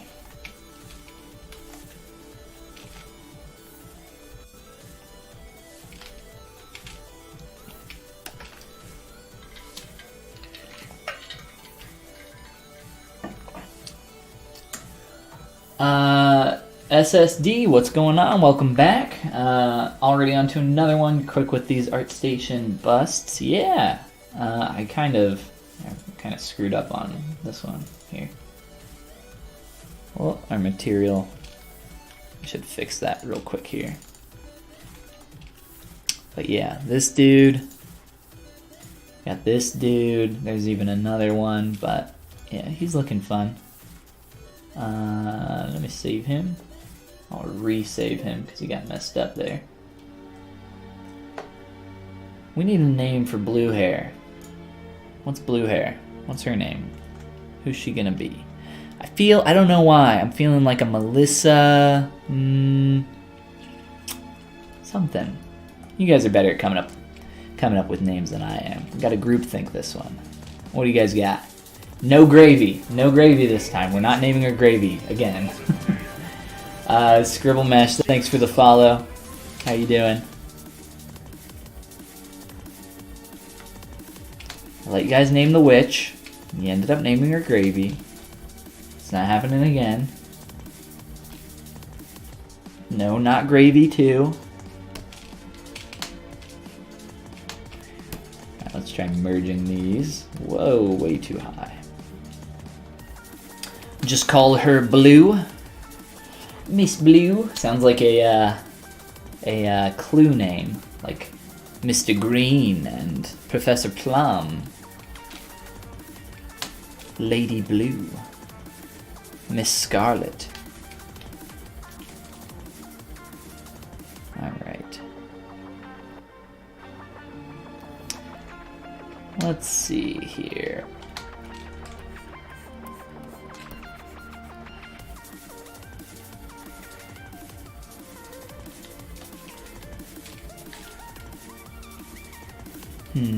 I need to change some angles here. I think this merge is okay though. Guess we'll find out after we clean up some of this junk. But really that's kind of the easier part out of the way. Let's see here.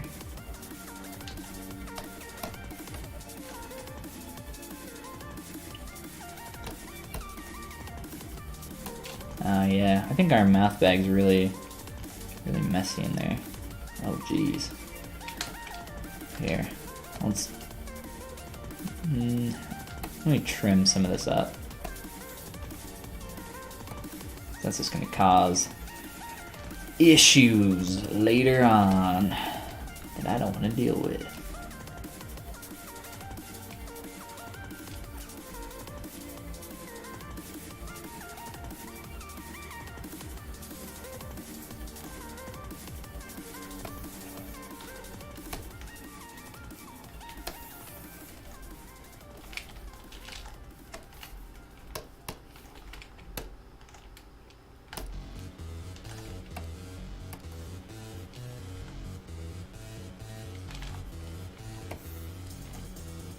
Alright. Oh, what the heck, man? That's not what we wanted. Let's try that once more. Is that freaking out in there or what? What's going on here? No, that worked somewhat.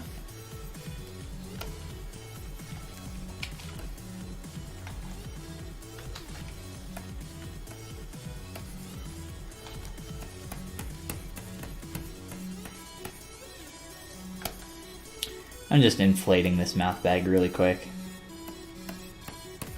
Doesn't need to be done clean. Just needs to be done quick and done. Alright. Some quick poly grouping along the face and then some remeshing so that we can clean up that area even more. Wow, that's the second time that that's happened.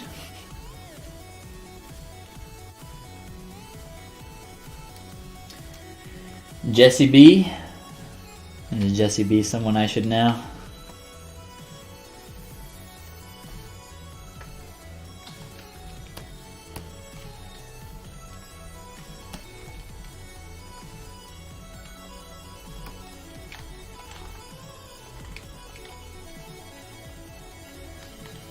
I missed the corner of the mouth there a little bit. Let's see how well this does though. We'll just do this real quick.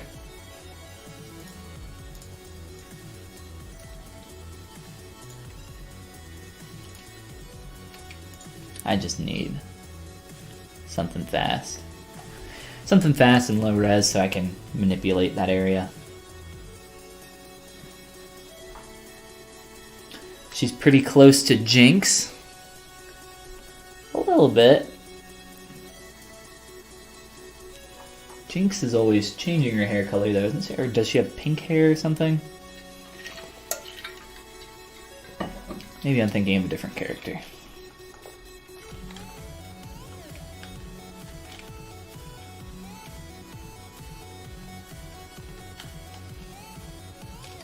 As long as the corner of the mouth is decent, then I'm fine with using this. Another thing you gotta watch out for is these tight areas when you're creating projections. They tend to project onto stuff that's too close to it. So if you have like fingers that are really tight, close together, or the corner of a mouth or anything like this, it can be a little problematic, which is why I've tried to make this gap pretty large in here. So that'll finish projecting. We can tweak this some more.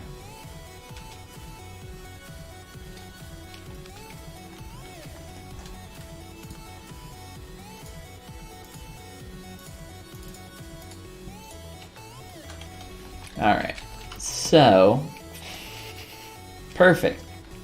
Beautiful. So let's just grab this lower portion of our mouth and we'll start just moving some stuff around and cleaning all this up.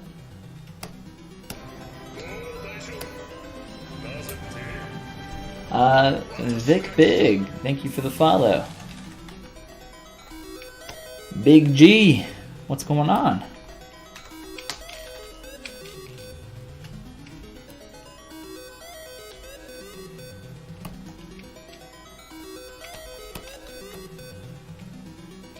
Okay, so now we want to start, getting that good mouth wrap that we have, or that we've had in the past with our other characters. Time to focus on that, but also making sure that from these intense angles we're not getting, too crazy with this silhouette.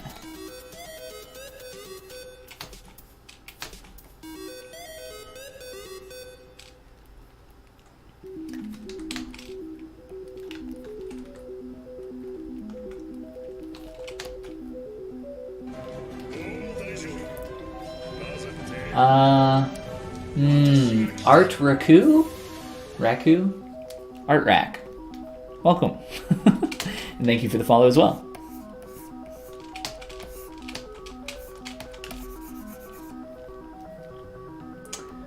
League of Legends Jinx, Teen Titans Jinx has pink hair. Oh, does she? I was thinking of the League of Legends character, yes. They released like a new cinematic where she's on a spaceship or something, and I thought she had pink hair in that one. But yes, I've seen her with blue hair as well. I totally forgot about the Teen Titans Jinx character.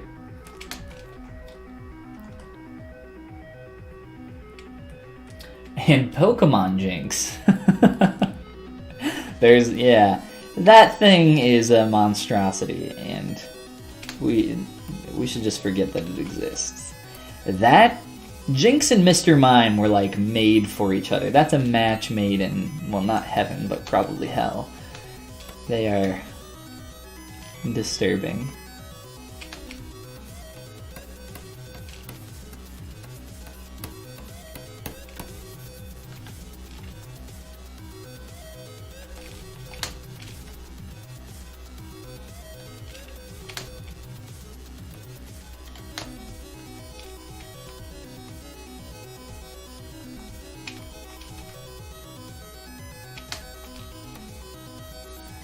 Alright, so it's time to make like big scale changes at this stage. Now that we got this low res topo that we can kind of push and pull around.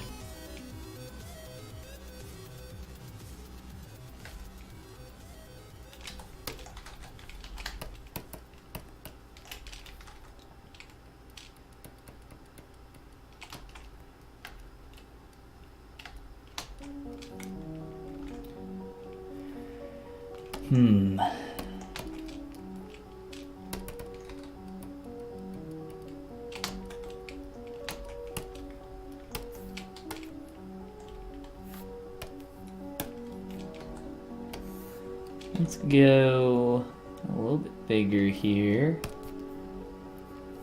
And I think our lips are needing some alignment help. This is why putting that cylinder in there can be really helpful. So you figure that out, where everything needs to be. We'll come back.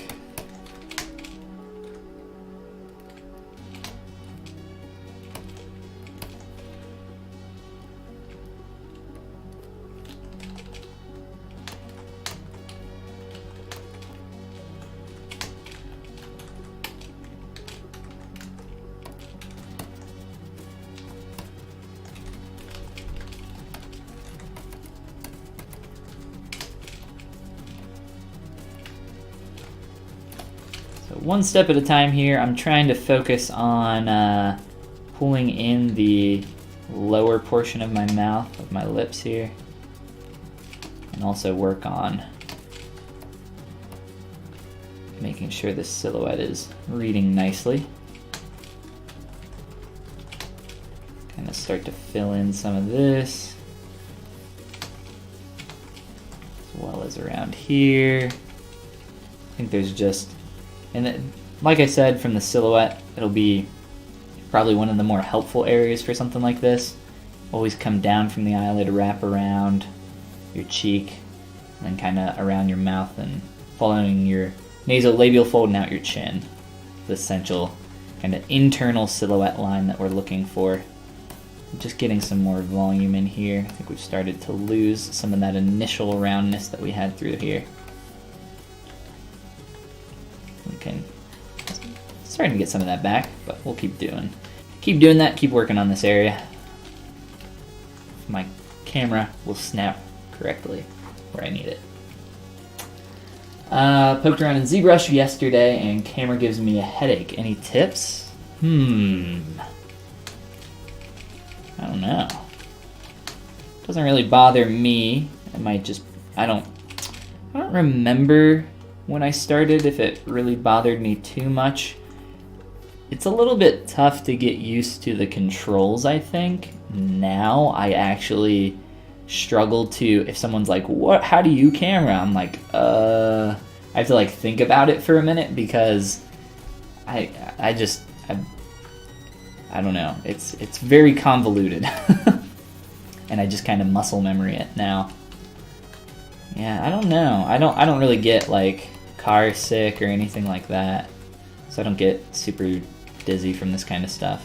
I grew up with a Game Boy in my hands in the backseat of a car, you know, always playing, always looking down at wherever, you know, I was. So I never really got car sick or seasick or anything like that, or motion sickness in general. I don't know, maybe somebody else has a tip in chat.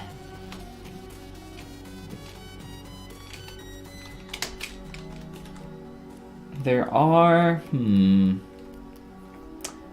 so there's the new camera settings that are coming out. I don't know if it's making you sick just because it's hard to learn or if it's like actually making you dizzy. But maybe getting used to something in like Maya first would be easier. I don't know. Not really any way around it. Maybe get one of those like those pressure bands that pushes down on whatever acupuncture spot that's supposed to be. That is proven effective, whether through actually being a pressure point of any kind or placebo. Placebo is effective, so.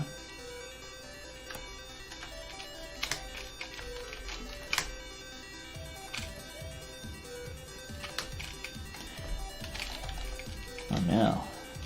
Looks like we do have some weird projecting going on in here. Hopefully not too terrible. Yeah, not awful.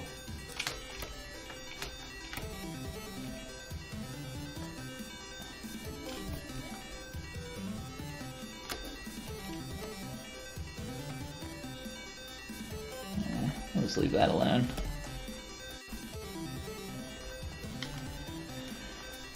Lower lip still needs to like come in more, and I also need to make this edge not so freaking hard. So I'll just bevel that, trim it out.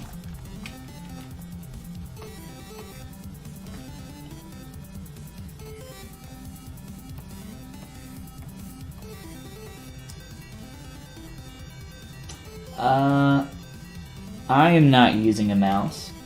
J-Murph. I don't know if SSD is, but that might have something to do with it. It's a little bit easier to control if you have a pen. If you're using an Intuos or a Bamboo. You can also, so there are some stuff that you can do. You can change the sensitivity of the rotation in your preferences. You might want to look at that. Look up some stuff in the ZBrush documentation. Might be helpful for you. The only time I've ever messed with that is when I'm working on something really small and I'm zoomed in really far and I have to rotate my camera, and even like the slightest camera step will like shoot something way off screen. You need to make that a lot less sensitive. There are ways that you can do that. I don't mess with them very often.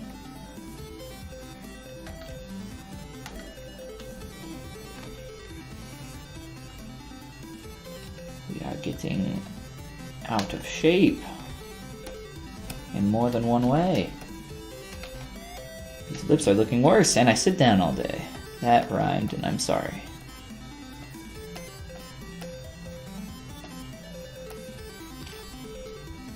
I feel like accidental rhymes are slightly better, but they're still terrible. You should apologize.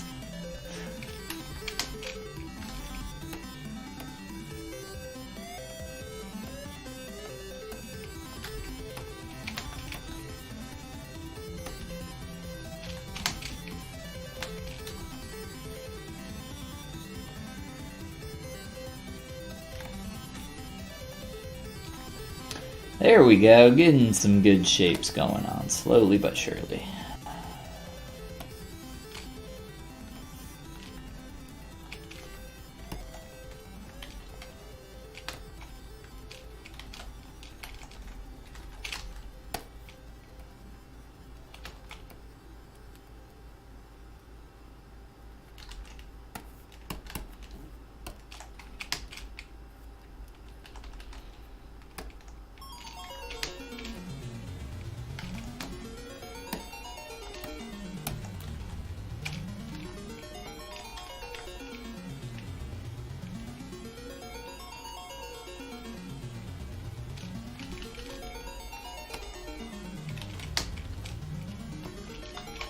I'm just gonna push this super hard.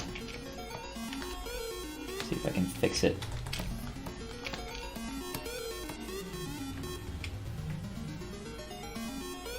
Curved monitors help a lot with that. Really? That's really interesting. I wonder why that may be the case.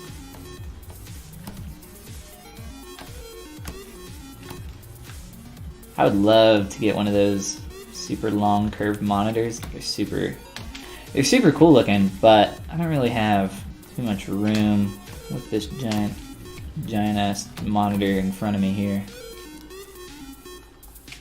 This is kind of enough. Hey, we're getting there. Corner of the lips is always a toughie.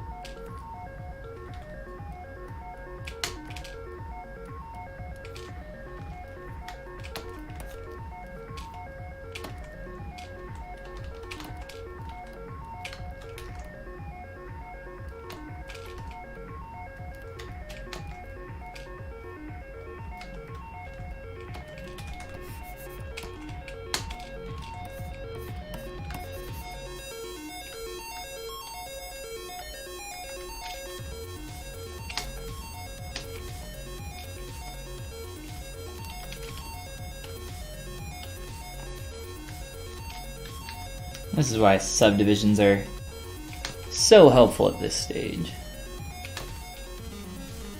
I guess some eyelids would also be helpful if we want to get those in next.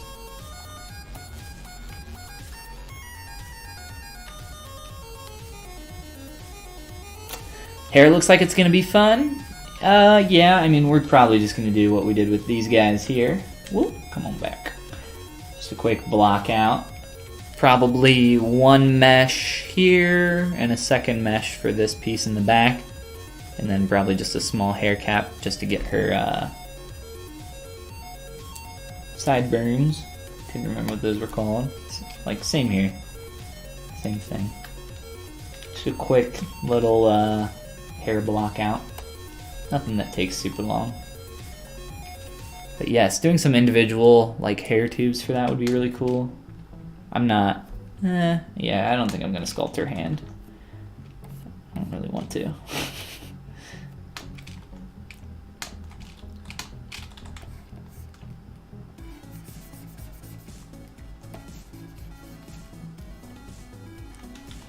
This nose is actually shaped up rather quickly. There's quite a few things that I would like to do here too, just to get headed in a better direction. Oh, there's that cold air again.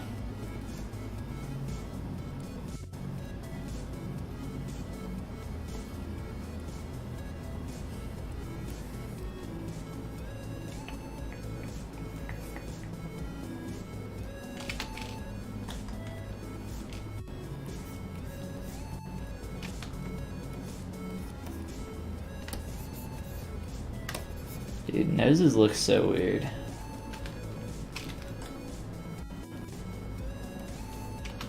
They're so fun to sculpt though.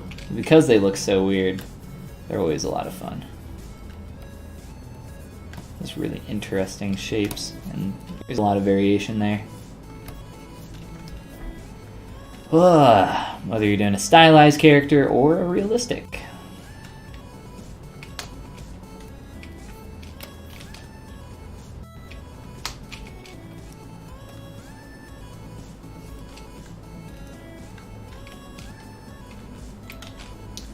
Alright, eyeliderinos.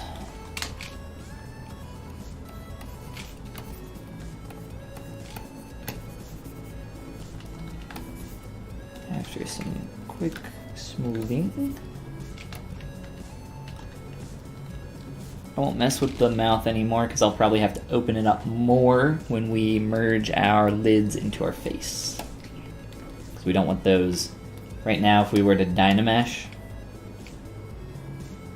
it will merge all that together. You can see all that getting stuck in there. That's not good. We don't want that. So we'll have to open that back up a little bit later. But as for the actual shape of the mouth, we're already headed pretty far in the right direction.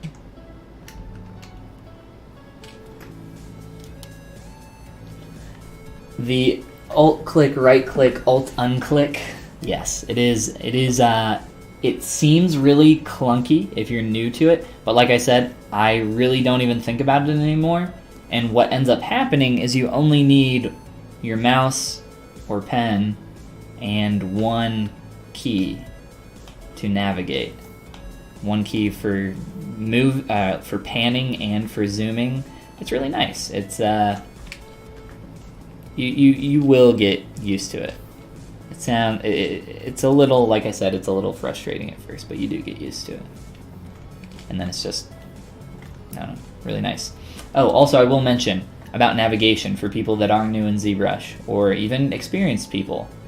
If you click on your screen, right? Click on your canvas, then you can rotate around, or you can use, all your other navigation, or you can click out. So the problem with clicking on your canvas to rotate, if you're new, you especially want to do this and get used to this now. I haven't mentioned this in a long time, so I will. If you're zoomed in really far here, and you want to rotate your canvas, rotate your model, you have to click out here and rotate. But it'll always rotate, your camera always rotates from the last point that you picked on your model. So if I sculpt here on the nose a little bit, it's going to rotate from that point, that last point that I just sculpted on. You can also, you know, if you're zoomed in too far and you can't touch your canvas, you can rotate by clicking outside of that little white border. Instead of doing any of that though, what you should get used to now is using the right-click mouse button for rotating and for navigation. You should also turn off in your preferences by pressing the right-click button. It'll open up this menu, I think it is, your spacebar menu. Disable that. Disable that immediately. It's useless and it gets in the way. I highly recommend doing that. The reason why you use right-click navigation is because you can do it on your model. You can still just right-click and navigate. You never have to worry about this. You never have to worry about where your pen is when you're navigating.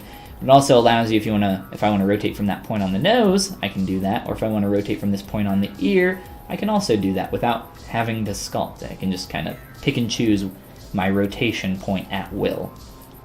So I highly recommend getting used to that right-click navigation. That's my note on that.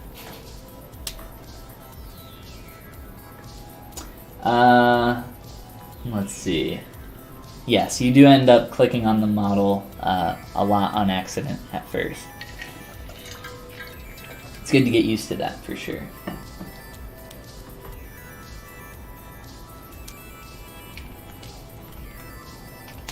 All right, so let's insert our eyelids, gang.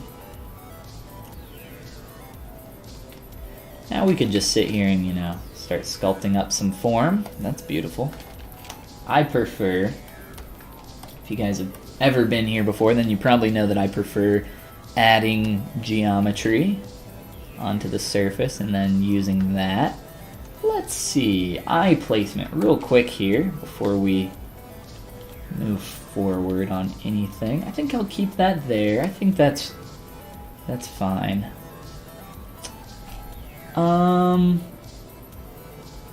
This is gonna be a little awkward here for this. Let's just try doing this one at a time.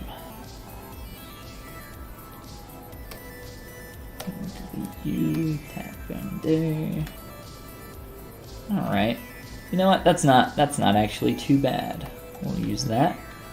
I guess I could also put our eyeball over on the other side, can't I?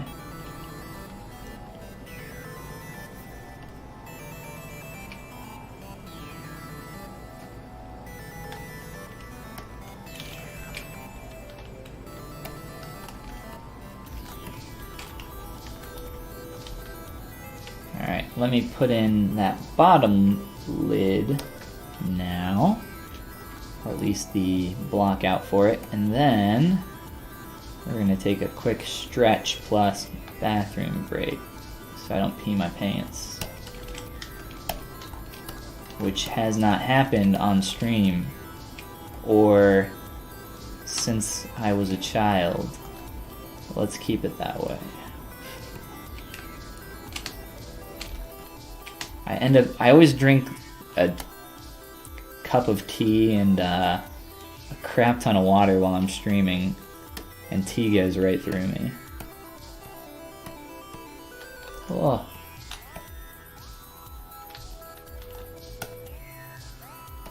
So I'm just simplifying that geometry, and then I'll talk. Ugh, I need to fix that. Go away. Do nothing. Good. Alright, I'll talk more about eyelids and eyes in general when I get back. We'll still accept you. You don't have to lie. Did I quick save? I'm sure it's fine. I'm a tea guy. I'm a tea guy as well. Yeah, I really like, so chai is probably my favorite. I like black chai specifically. Spice chai is also pretty good. Green tea is really nice. I drink green tea as like a chill drink because it doesn't have hardly any caffeine in it. And then, I don't know.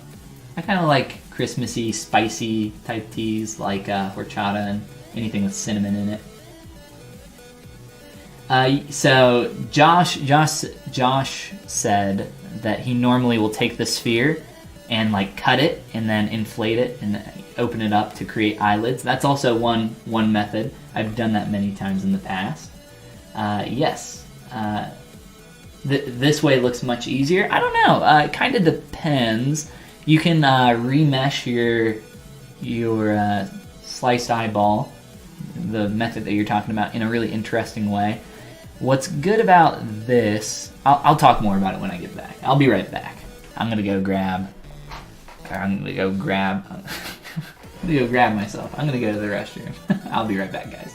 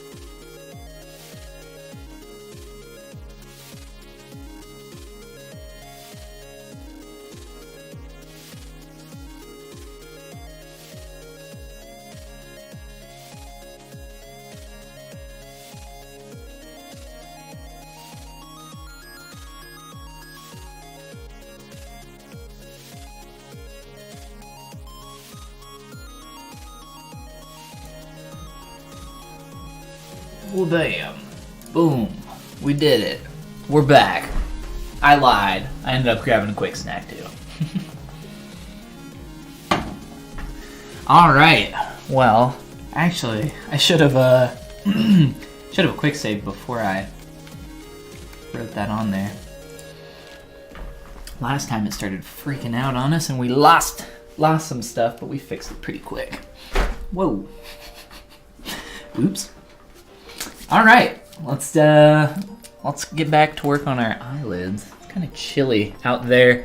So my office, the reason my door is closed right now, or at least cracked, it gets cold in the rest of the house and it gets super hot in here. So my computer's running all day. I like literally never turn it off. And keeps it nice and cozy in here. Except for during the summer. And it's just way too hot. Alright, so I want to adjust this nose a little. Something here. I want to adjust something in the mouth. Oh no, I don't have symmetry on. I don't want to make any changes without symmetry on.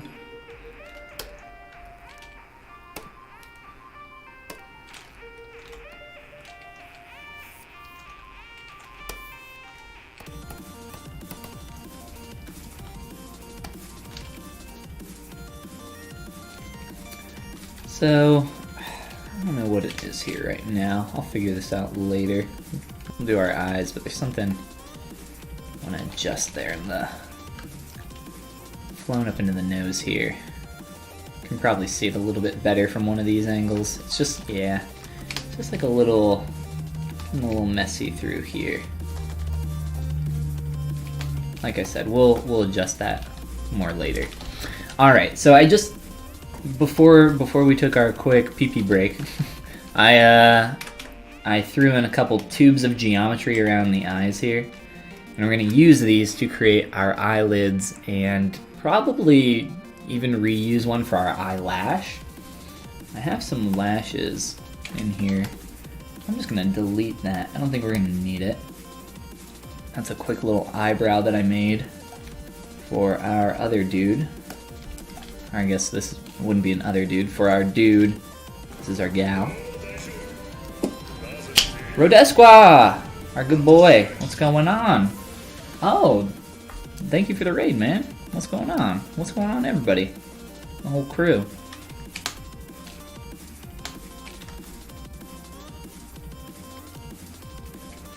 That's a lot of skulls, my friend.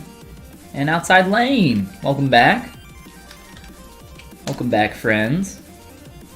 And new people. You've joined at the perfect time because we just got back from our pee break. And now we're going to finish making some eyes.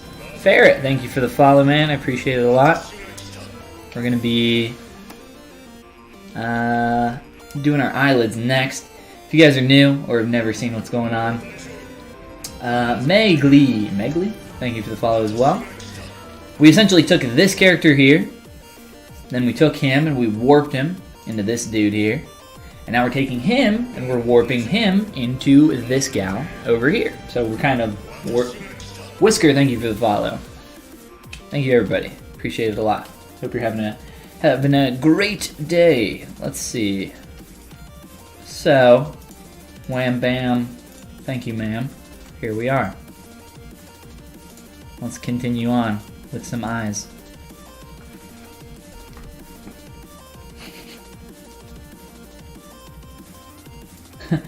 Give us the art or your knowledge.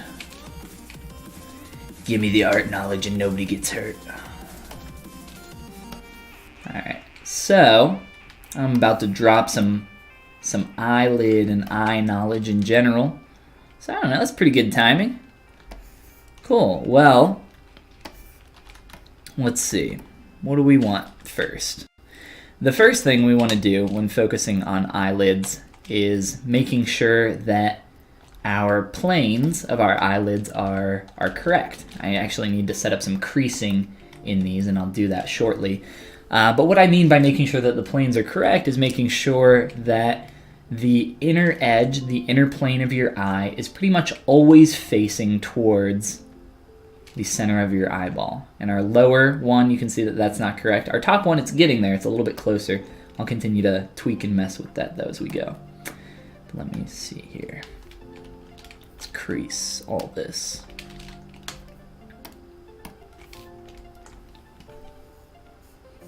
The Follygon. I do say, I feel like a Scooby-Doo character sometimes because I say hey gang a lot. And I get yelled at for that by my friends. They're not very good friends, I guess. So maybe it is the Follygon. Or you know what? No, you're making a joke based off of the frickin' Paul brothers, aren't you? Don't they say low gang or something?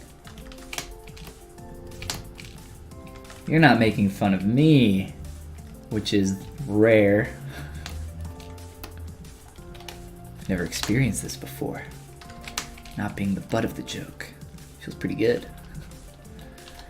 Alright, so first thing, remember that internal edge. You always want that facing the center of your eyeball. Next, I've talked about this a lot, but it's essentially eyelid order. And what I mean by eyelid order, we don't quite have it yet, but what we want to happen is if you were to draw a line, much like this, and start sliding that towards your lid, the first thing that you want to hit is your top eyelid, which we have, and then you want your bottom eyelid, then you want inner corner, and then outer corner, just like that. But we need to do some tweaking here to first get this bottom one set up.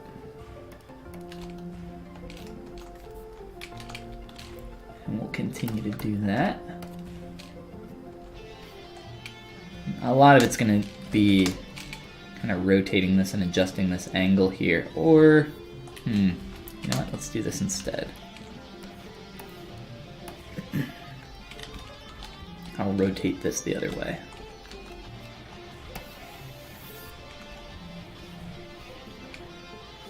Let's solve a mystery, gang. Yeah. The mystery of eyelids and eyes. Seriously though, a lot of people struggle with eyes, and I've been there before myself. Frostburn, thank you for the follow. It's a cool way to spell burn. I'm into it. But yeah, a lot of people struggle with eyes. You know, I think they're one of the tougher parts of the face just because they're so important. They really lend a lot to your character. And for that reason, trying to get them to look good, I don't know, you can spend a lot of time in here. But there's some like solid things that you can know that aren't so ephemeral that can really help you out. Such as eyelid order, which we've just mentioned. And then this plane. But a lot of that, you know, talking about it is one thing, but then doing it in practice is another. So here we are trying to make up for that.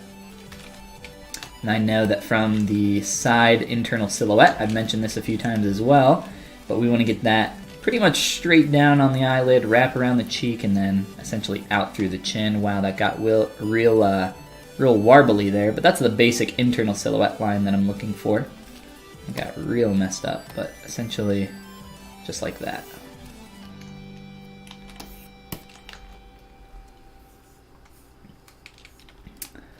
Faux gang? Oh no.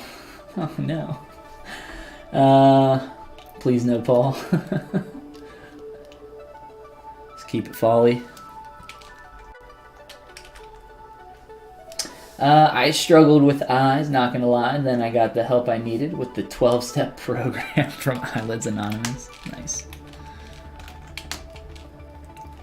Did you get a coin at the end? Like a coin that you always carry with you? In the shape of an eyeball. It's got a Illuminati eyeball on it. My program doesn't exactly have 12 steps. It's got probably like maybe 3 at the most. So mine's not quite as involved, but it at least breaks things down in a concrete way.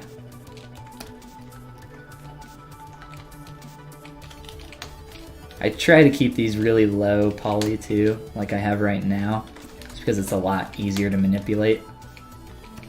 And right now, this is what the shape actually looks like. I just have dynamic on, so I'm getting an idea of what that will look like once I smooth it. It's very thick right now, but I kind of want it that way so that I can see this plane, and it's close to what I want. It's not quite. It's not perfect.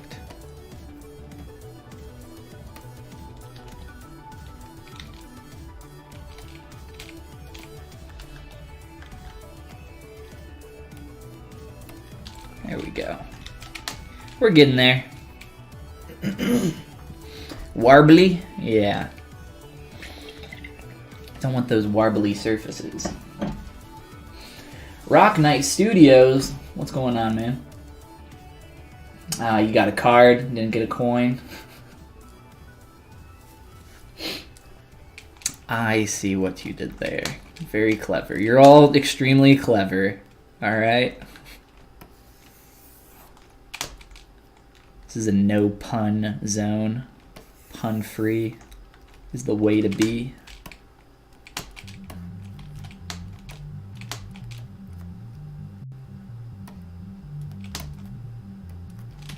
I always do that on accident. Alright, so we're getting that lower lid a little bit better, fixing that up.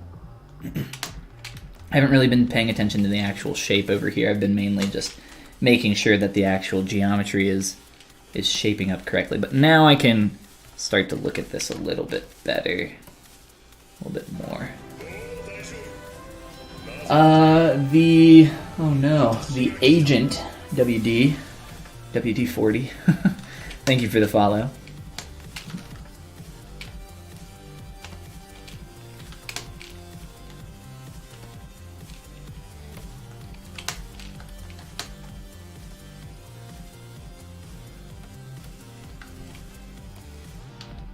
Starting to shape that up. I will connect these as well.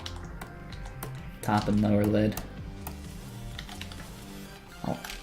Typically I like to actually, fuse that geometry. It might not be necessary this time around. I might be able to just, you know what? Yeah, I would like to. It's gonna get a little messy if I don't.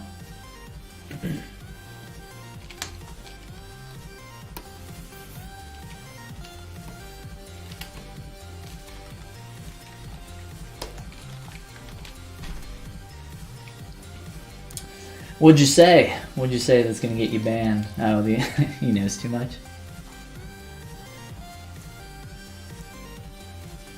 Yes. Next person that raids me with 20 plus people immediately gets banned.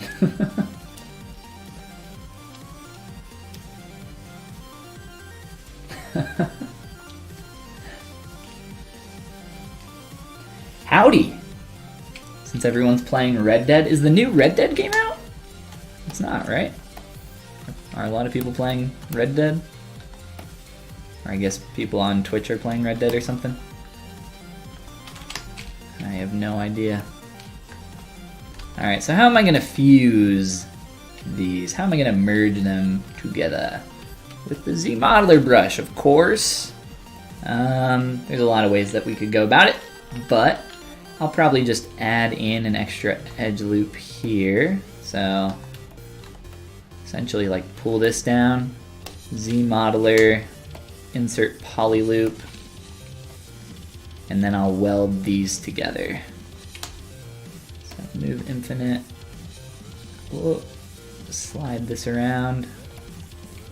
Don't want this creased. And then delete, inner poly, inner poly, there we go. And now you can just fuse these with bridge. Just bridge the gap. And then probably delete that extra edge loop. Just needlessly complicating that form. Whoa.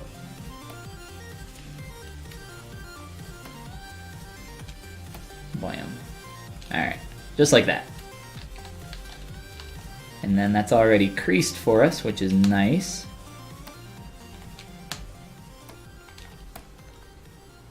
probably do that, and then let's see. Whoa, that's a close-up nose. And then we can adjust that if we need to some more, but let's get this other one really fast. Try to do this quick.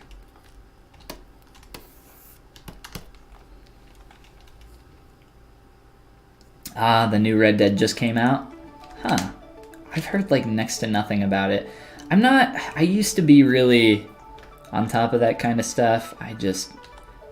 In particular games like that, I don't have a lot of time to play anymore, which is unfortunate, but just the case. But a lot of games that are kind of like a short little burst, like a casual game, you know.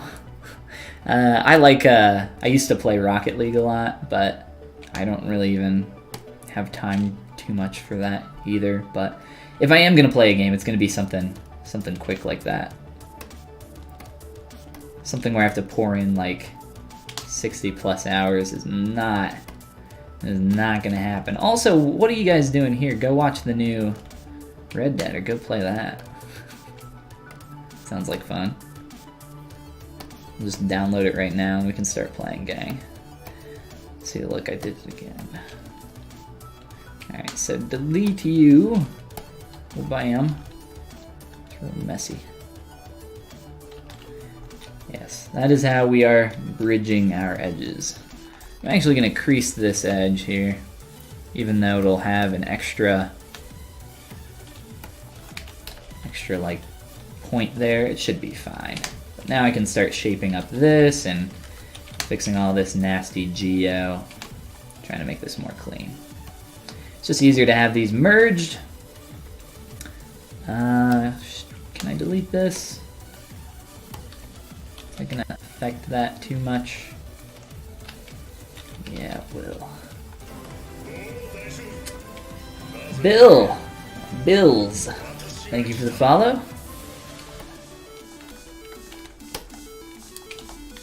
Let's see. Don't get paid till the first, so you gotta wait. JG Wetworth. Oh my god, don't even remind me of that, please. 877, is it 877? 877 cash, no.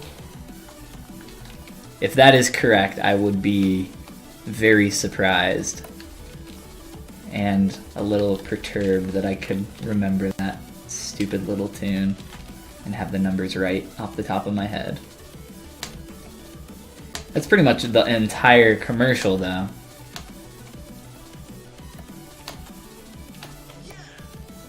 Yes. Always gotta have that little Captain Falcon hit. See you, man. Thanks again for the raid. Have a great rest of your day. Don't lose your iCard. Wishker. Very useful to watch. Thank you. What's going on? Welcome. Thanks for the eye tips. Absolutely, yeah. We're still not done here. If you look from the profile, things are pretty ugly. Still need some work there. Cash now? Is that not what I said? 877 cash now? That guy went to jail? Oh no. Oh god.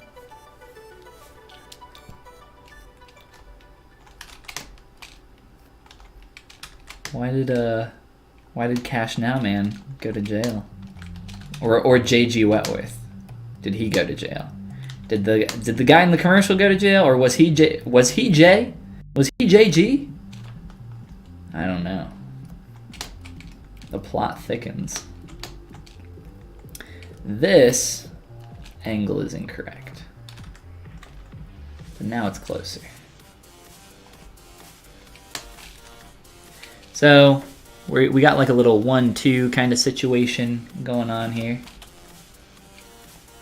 So let's attempt to shape that up a little bit closer. And then down here, kind of the opposite.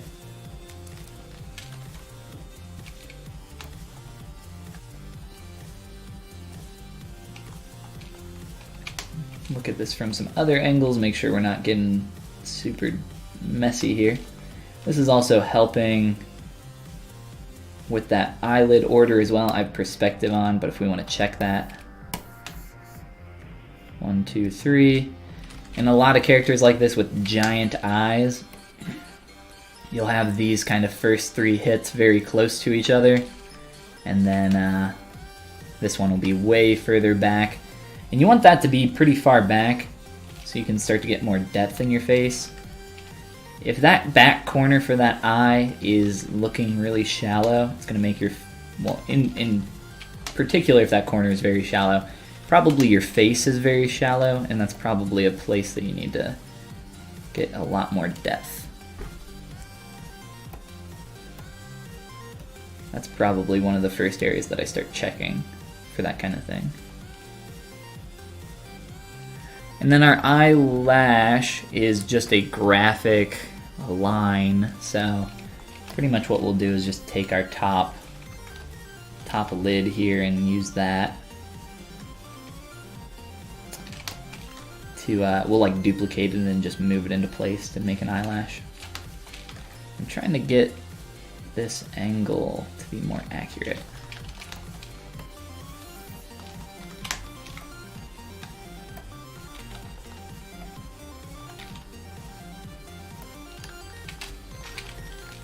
And by the way, for people that are new here, if you guys come in a little late to the streams or you miss anything, there's a link down below to my YouTube channel where I upload everything there.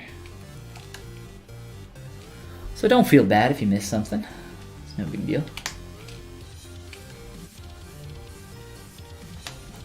And then there's also a butt ton of stuff on there that I've already uploaded, of course.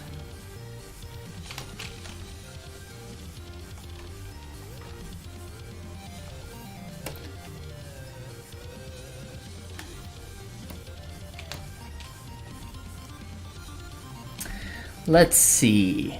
I'm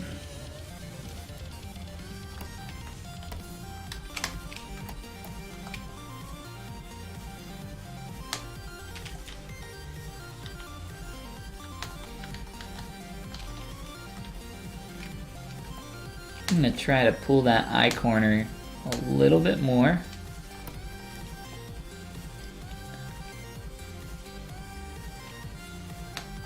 Just try to straighten that. So we're getting this nice internal silhouette there. It's kind of what I'm attempting to exaggerate a little bit more right now.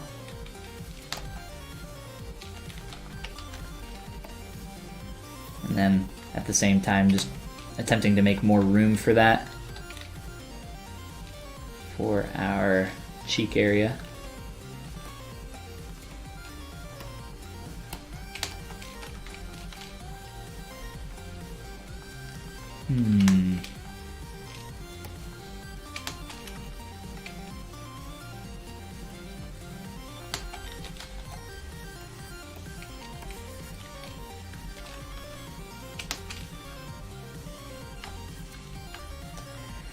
And then once we merge that lid down, this line carries pretty strongly through this entire area, or it's just the shading that he's done there, or it's makeup or whatever he's painted there. I'm not going to sculpturally have that line in there that hard, just because it really ages your character. It makes it look like they have bags under their eyes. So I'll be avoiding that, at least to that degree. Maybe in paint we can do it, but having these dark colors under the eyes, I'm not a huge fan of that. Let's see. Is this your full-time job or do you do contract work? Yeah, I do. I do a lot of freelance stuff. That's actually why we didn't stream yesterday and the day before. Excuse me. I got hit up for some stuff that needed to get out the door really, really quick, and that's what some extra work there. And I wanted to help them out. They're local here to the Cincinnati area. Group of really cool people. But yeah. And then I stream as much as I can when I can. And I also, since I guess I haven't shouted it out yet on this stream today, also mentioned my Gumroad. There's a link down below. Let's see, what's the most recent thing I uploaded? Probably these base mannequins, which you can get all 5 of for $1 hair. Wow, $1. Get these 5 different unique mannequins. You can use them as base sculpts, or there's a bunch of other stuff on here, like courses if you're new to digital sculpting and ZBrush. I have a quick start course, and then some more intermediate, I would say, and advanced stuff as well. Then some base meshes and brushes, materials, all that good stuff. But yeah, definitely check it out. There's a link below. I would appreciate it a lot if you even gave it a look-see. You only have 100 doll hairs? Oh man, that's not too bad. It's quite a few doll hairs. But yes, the cheeks. The cheeks are kind of let's see, kind of like this, I would say. Entire area is one of those areas that I see people struggle with a lot.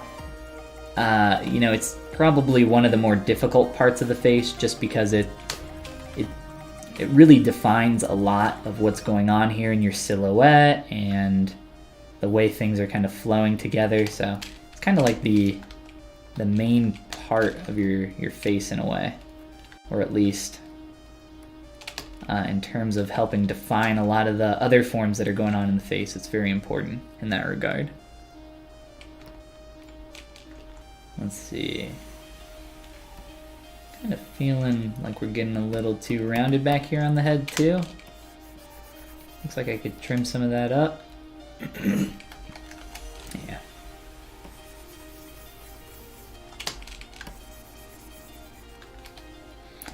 Let's see. Our head shape is actually not too bad.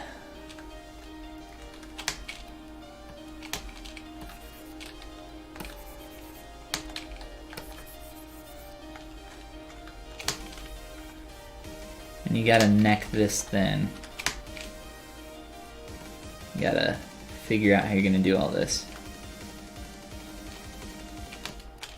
And I'll make these kind of changes again in orthographic.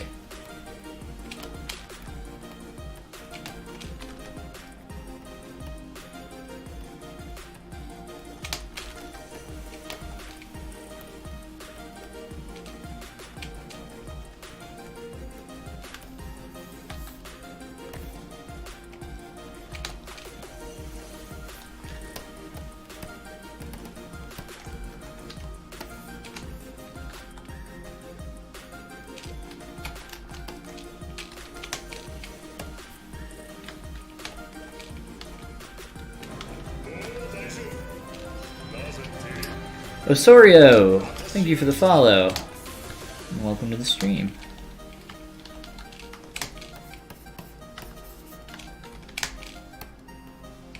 Trying to just start to fix this shape some more, round that out. I always like to define a little bit of the plane break back here, but for the most part I'll completely destroy that.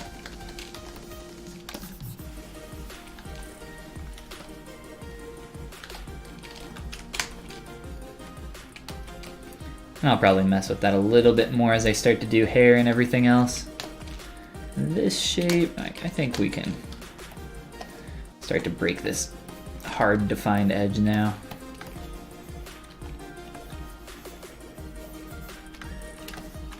And then we'll focus back in here on our eyes probably a little bit more.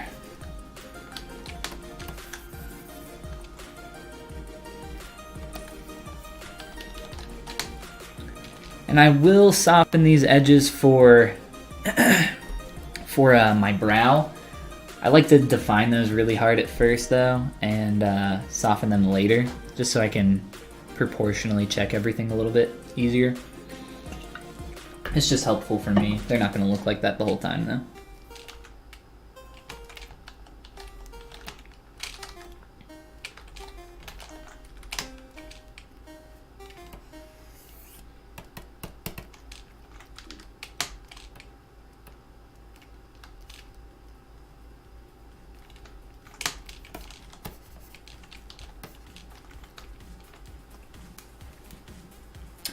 butt ton. Your doll has a receding hairline? Oh no. It's not good. Or does your doll have a... My doll has a really strong widow's peak, so kind of looks a little bit like Vegeta.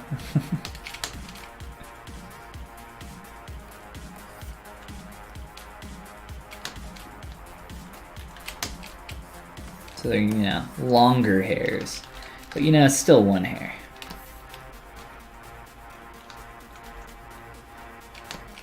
This joke has gone too deep.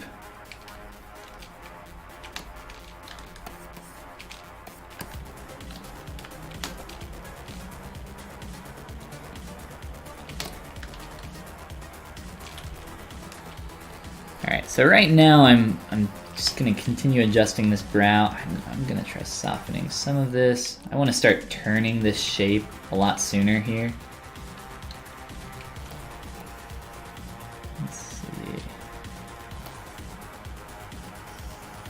Start turning this a little bit earlier, just because it's looking, now it's starting to round a little bit too much, but we're getting a little bit too high above the eyes here. And there are a few ways that you can start tweaking that shape. I'm just gonna start, you know, moving it and adjusting it manually here. I'll carry that line a little bit through. And then I would probably feel comfortable here soon merging down our eyelids and then being able to sculpt those. But before we do something like that, we definitely want to add some sub-divs to this. I think in terms of shape, it's close enough right now where I would, again, feel comfortable merging that.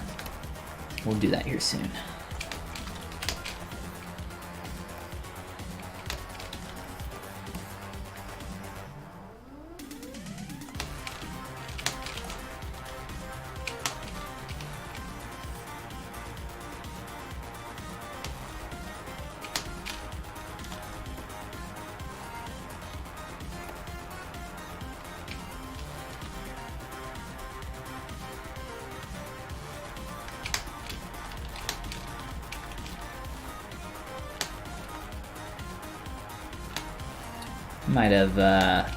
Might have pushed that a little too far.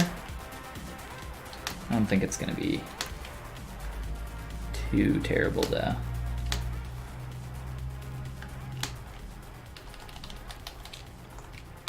Because I pushed this geometry in, it makes it a little bit tough for me to kind of fix this area.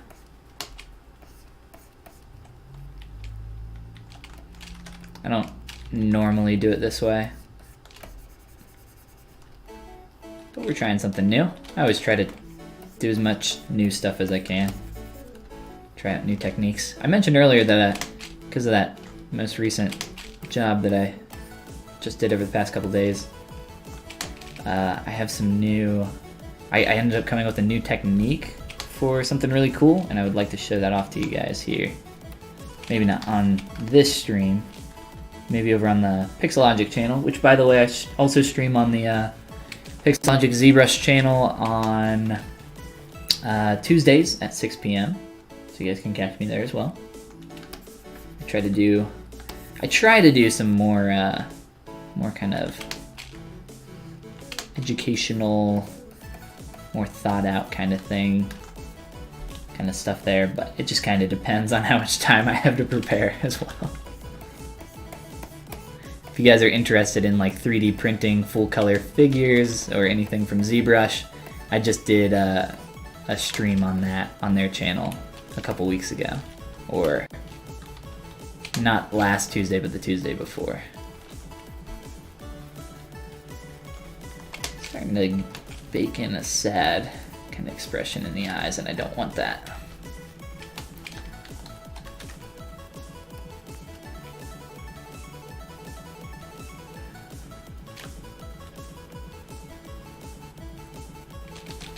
Alright,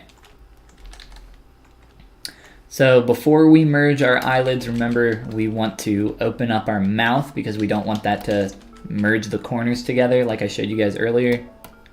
That's real bad.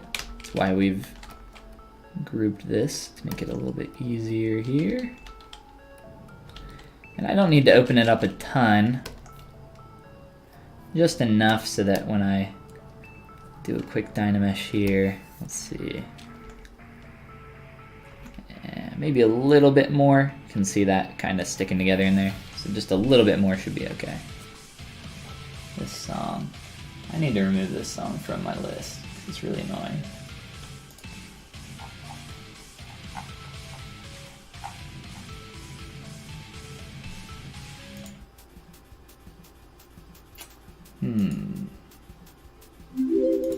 Remove from the playlist. There we go. Andrinja, oh, thank you for hosting. 33 viewers, wow. Thank you a lot. Hello, everybody. Hope you're having a great day. Welcome to the stream. We just got done making some eyelids. If you guys are interested in checking that out, or if you come in here a little bit later, all content gets uploaded to my YouTube channel afterwards, so no worries there. Let's see. So I was just opening up the mouth. I need to open that a little bit more, I was saying.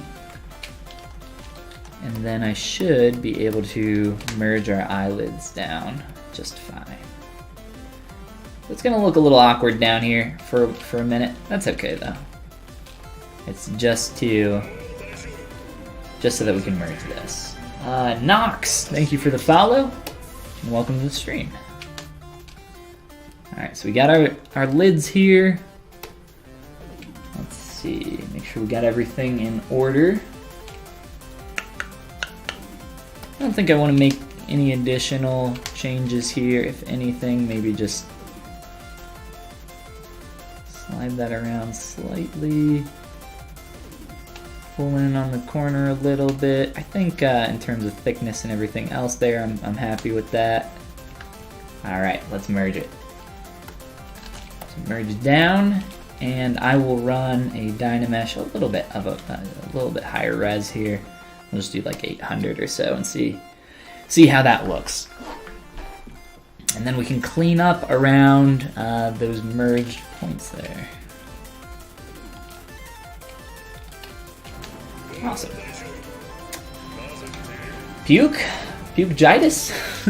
That's probably wrong, but that's how I'm gonna say it. Thank you for the follow, Pukitis. Pukitis sounds like a terrible, terrible illness. Alright, so for cleaning up our lids now. By the way, for those that are, I guess, just joining us, since there's quite a few new people in here, I think. If you have not seen my streams before, essentially what we're doing is I started off creating one character, and then I took that character and I warped it into this character here, and then I took him and I warped him into this guy here during our last couple streams, and now we're taking this guy and we're warping him into her. So we're in the process of kind of still in the block out stages of this sculpt, where we're still just trying to get everything in there, and currently doing the eyes. Just merge those down. Yeah, we're getting there. We're getting there.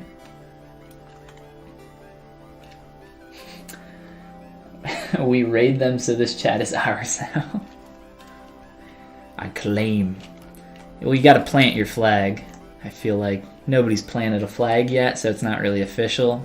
Kind of like moon landing style. You gotta, or war style, I guess, just in general. And drop that flag.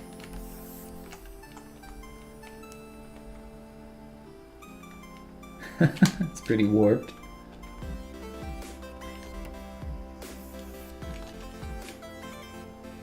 Whoa, what kind of flag is this?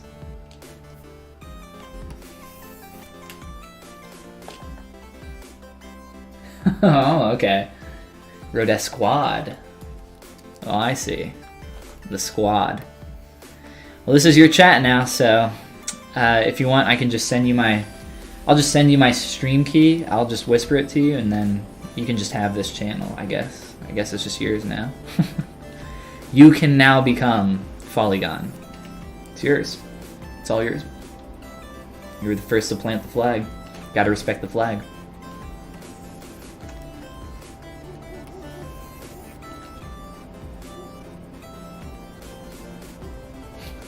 One small step for Rodesquad. Giant leap for Rodesquad. Sounds good. Alright, sorry guys, gotta end the stream and hand it over to Road Boy. It was fun while it lasted. I'm not beat up or anything. It's fine. Alright, I want to delete all that garbage geometry in there. It's kind of just in the way. And also with this method, let's see, I need to polygroup everything. Essentially I want to, yeah, we'll just do that real quick. Run a groups loops here, and then it should clean up a lot of this stuff in the eye. When I say should, sometimes it's a little finicky.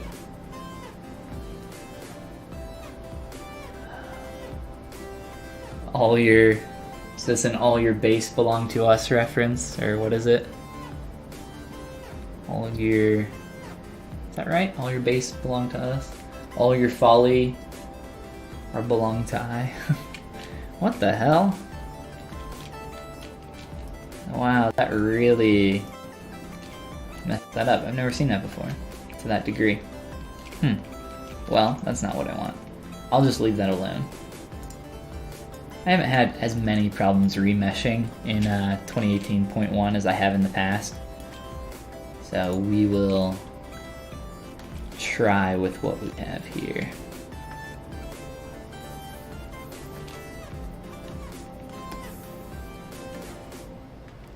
Yeah, that's right. That's right, guys. I know video game references. What's up? Like I said, I grew up with a Game Boy in my hands. I was born with a Game Boy. That's not true. I still have my original gray brick Game Boy. It still works. Somewhere. Somewhere in that closet behind me, I think.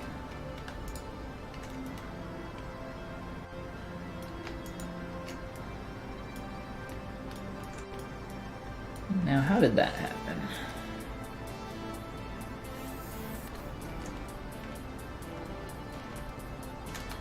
So, I am just creating a quick group here between this stupid mouth. That's real messy.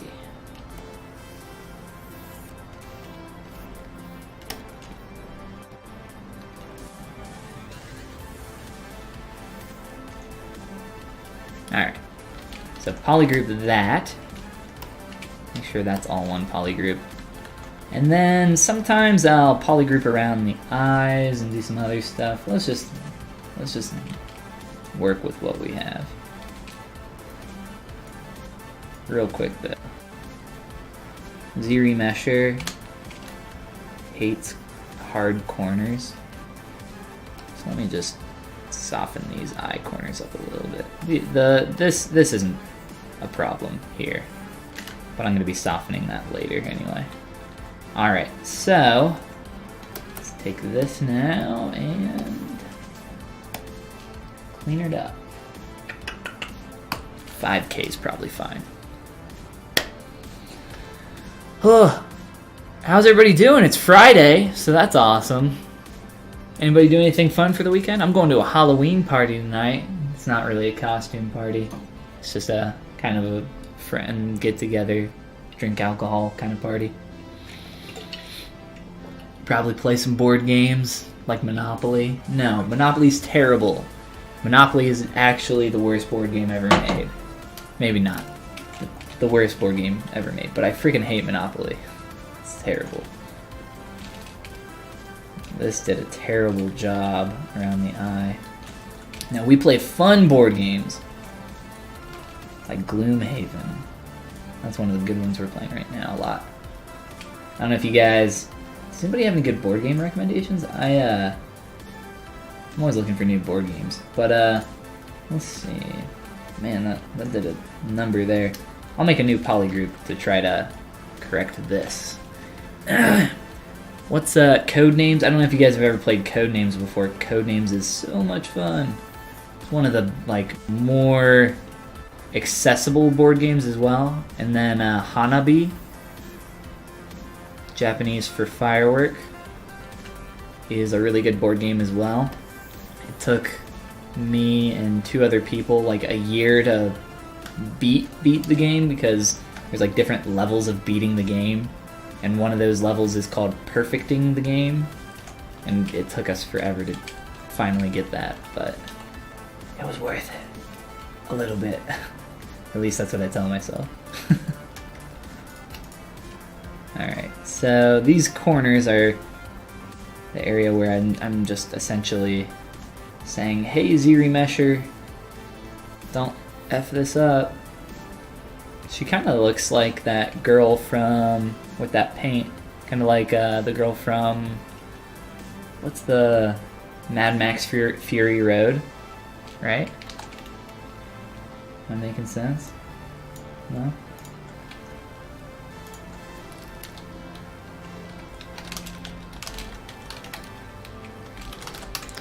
There's only one girl in that movie. Apparently there are more girls. Face paint lady. You know the one. Damn it. Okay, there she is. Yeah, it kind of looks like her. I don't remember how she gets this on her. She dip her head in oil or something? It's been a while since I've seen that movie. How did we do, ZBrush? Hey, you did not terrible. You didn't do great. I'll try that again at a lower res here, 1K. Whenever you beat things, you know it's worth it. Very nice, very nice. So ZRemesher going down to 1K is normally pretty quick, but because of the poly groups here, it's going to take some extra time to calculate everything. This is looking decent from the front, I think, but, you know, we're 3D artists. It's not all about just a singular view. Got to make sure our profile and 3/4 and every other angle imaginable is looking good here. Let's see, how did that retopo do that time? I think that will be what we call good enough. What is that?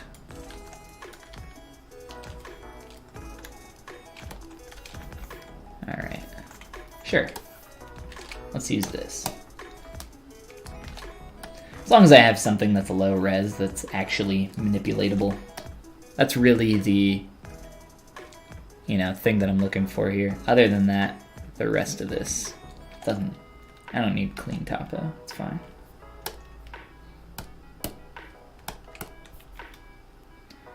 Go away, brow. Alright. Now we essentially go into a little bit of cleanup mode, a lot of adjusting, filling in stuff. Like I said, this kind of gap in the eye or underneath the eyelid. So we're talking about edge quality here. We don't want that to be a super heavy line all the way through. Adds a lot of age to your character's face.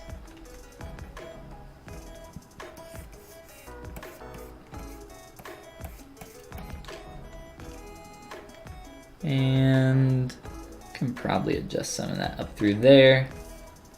We have a lot of, we got a lot more work to do, but we're headed in the right direction.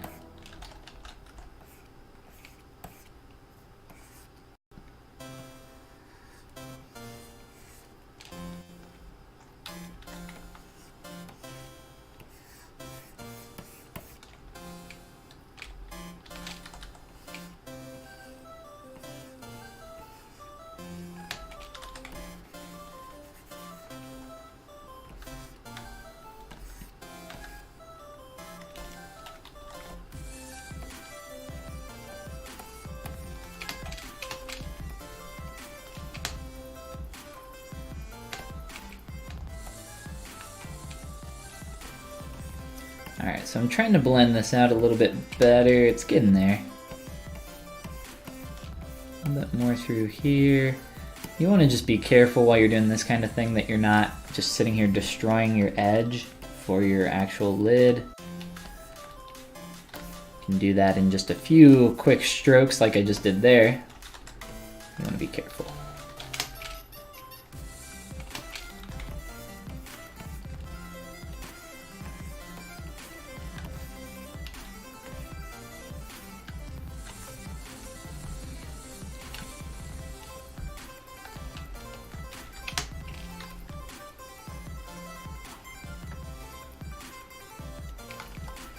I'll have to do some more stuff with the lips, obviously. And a lot more in general, just overall. There are a lot of little tweaks here and there that are gonna add up. Let's see. I'm gonna make this nose a little bit less of a thing.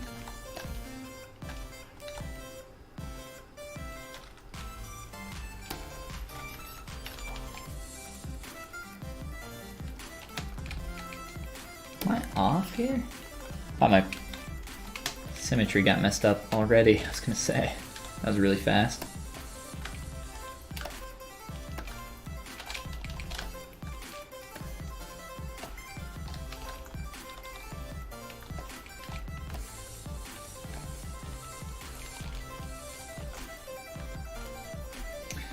All right. We're getting somewhere, guys. Yay.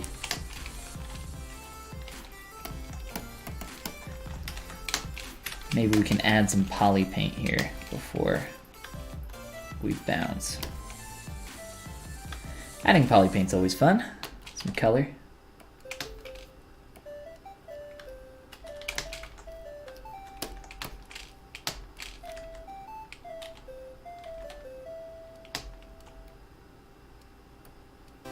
Feeling a little awkward with some of these angles.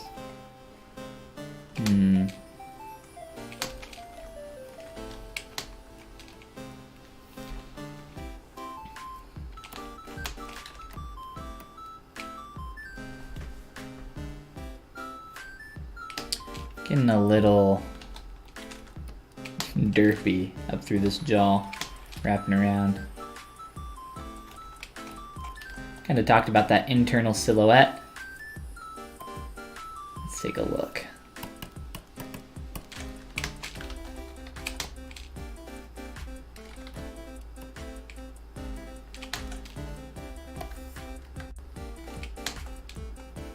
Make sure that that's feeling good.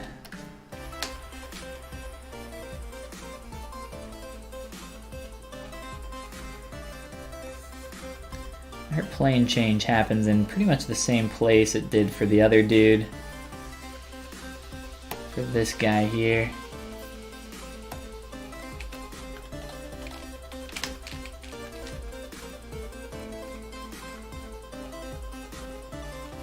So we're just going to exaggerate that a little bit at first and then blend it back out.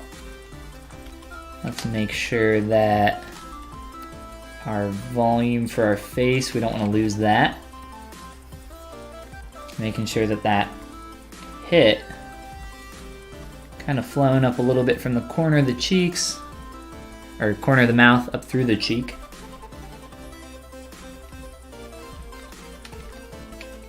Corner of the cheeks.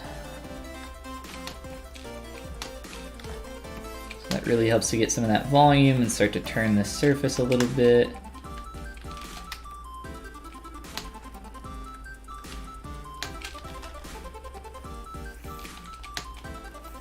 A nice little kind of replane out a little bit.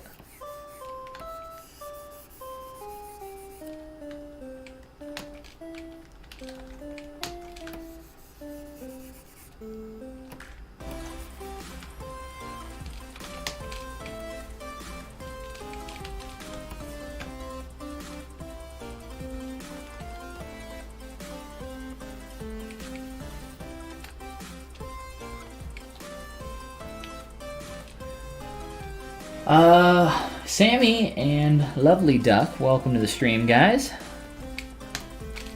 Hope you're having a great Friday.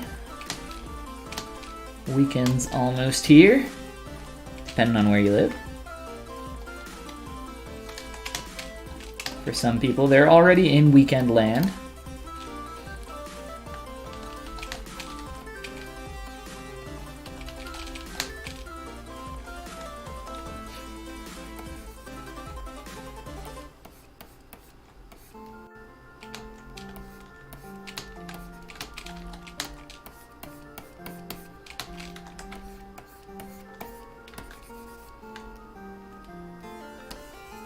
We're getting like this extra weird hit there. I'm trying to soften that, blend that out.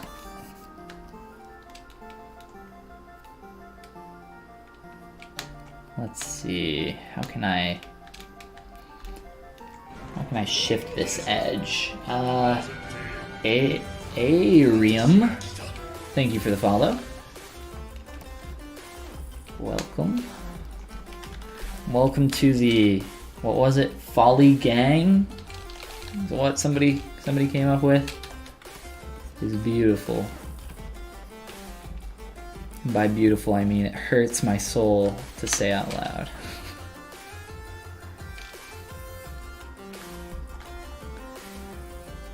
I'm getting a little closer. There's,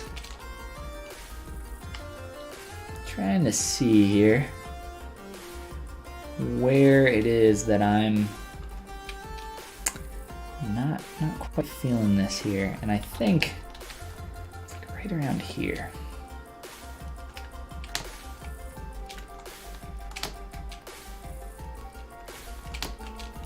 Because I don't have a profile image to go off of for this girl, I'm kind of just going off of, you know, what I know, and based off of the front view and what I can infer from that with like light and shading and literally anything that can help me out.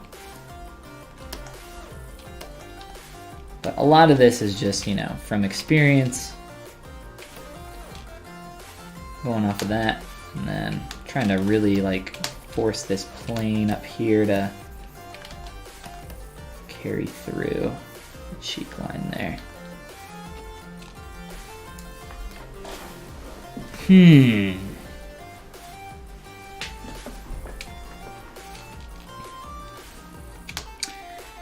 Let's see, if I can thin out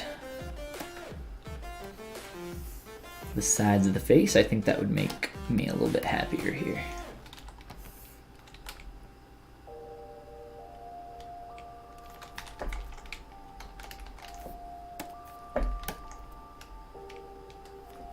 Got a little squared off, but I think that's okay. Let's see.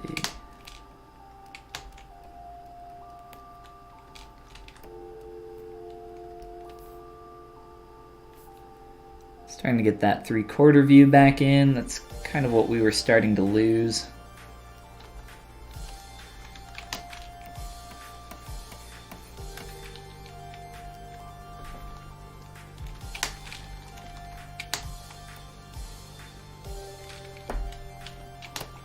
And I know I got this like super strong pinch through here, but it's intentional.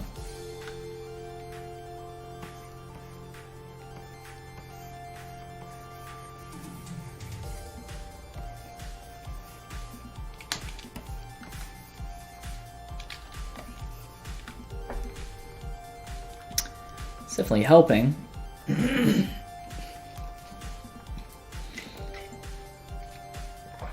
You got Friday off? Nice. And looks awesome. Thank you. I appreciate that.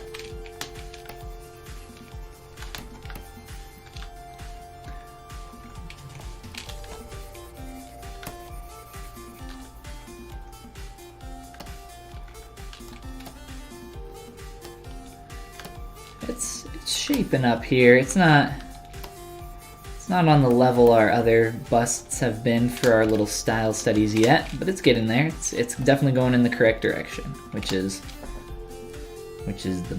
what we want.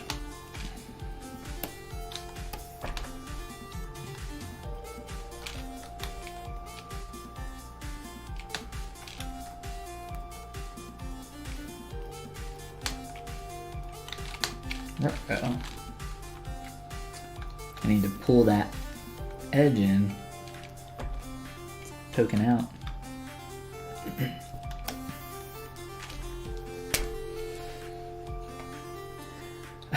I got fried egg off. Very nice. Very nice. Ghost of Christmas Future, welcome back, man.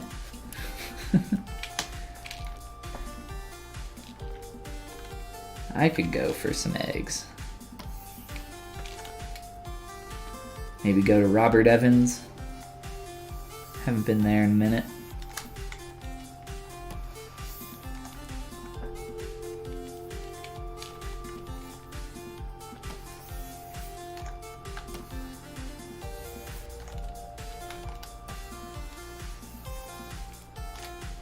Alright, so all of that just to select this edge here. What is that?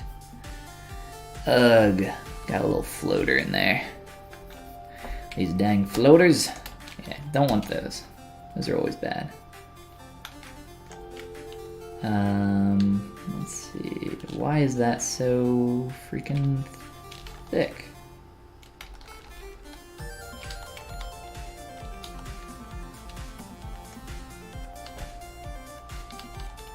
Weird. Alright. Don't know why. Oh. What? Oh, I see. I see, said the blind man. Alright.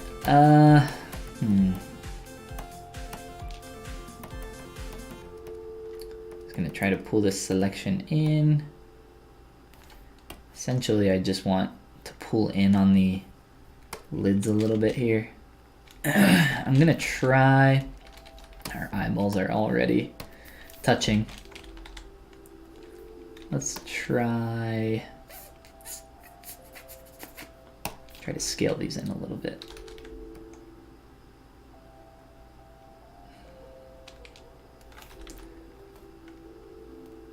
And got a little messy.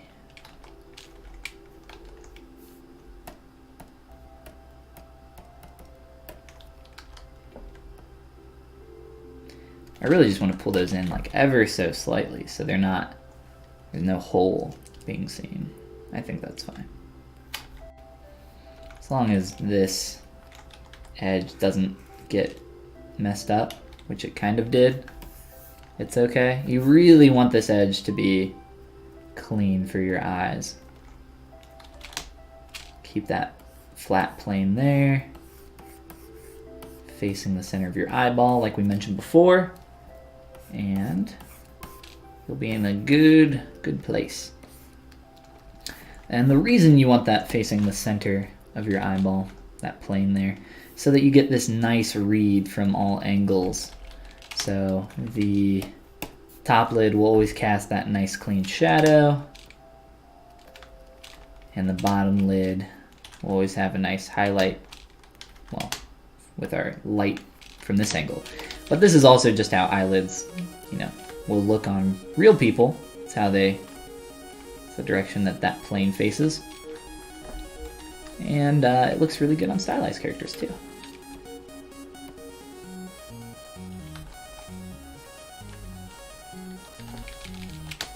We can also get an eyelash in there, which we have not done yet.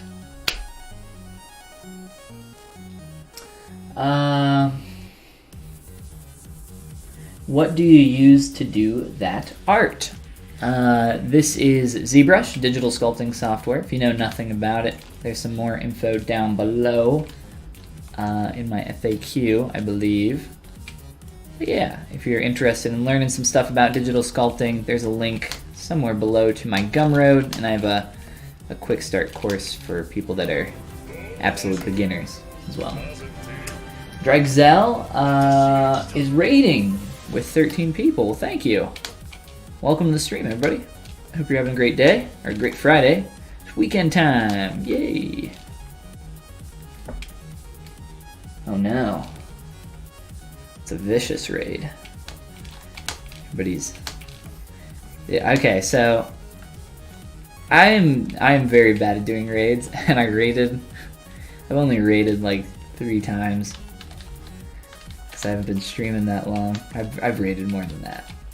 Probably like 7 times or something. But I raided this guy, and he actually had a real air horn, and it was totally epic, and I need an air horn now. I need an air horn exactly for these types of situations. It was pretty dope. I was into it. I felt very special. I don't have an air horn, but Dragzel, I appreciate it, and I thank you for the follow.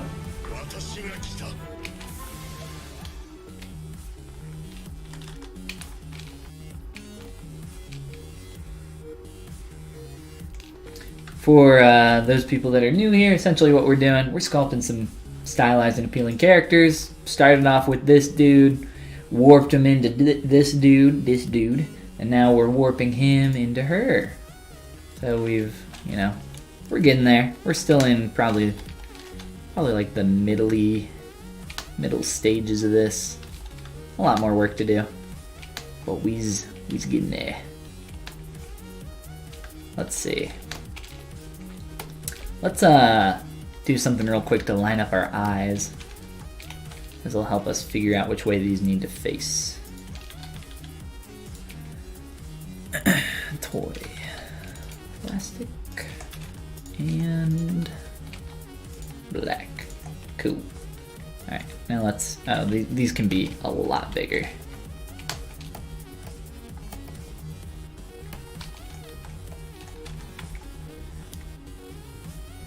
No air horn, yeah, I'm sorry.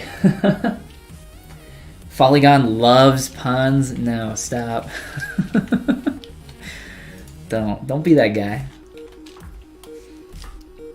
Hello from Holland. Welcome Hollandians. That's not a thing. And from Belgium, welcome guys. I'm a oh, what's this? Oh, that's a bit cheer. I did not pick up on that. So, guys, I'm somewhat new to the whole. Embarrassingly, I don't know what is going on here. Oh no! Our eyeballs are merged together. That sucks. All right. Let me try to fix this real quick. Thank you for the bit cheer. That's my second whole bit, guys. I think that puts you up on the leaderboards. There we go. What did I think I'm dumb. I think I merged those on purpose early. Well, not. I should have known better the way I mirrored that. There we go.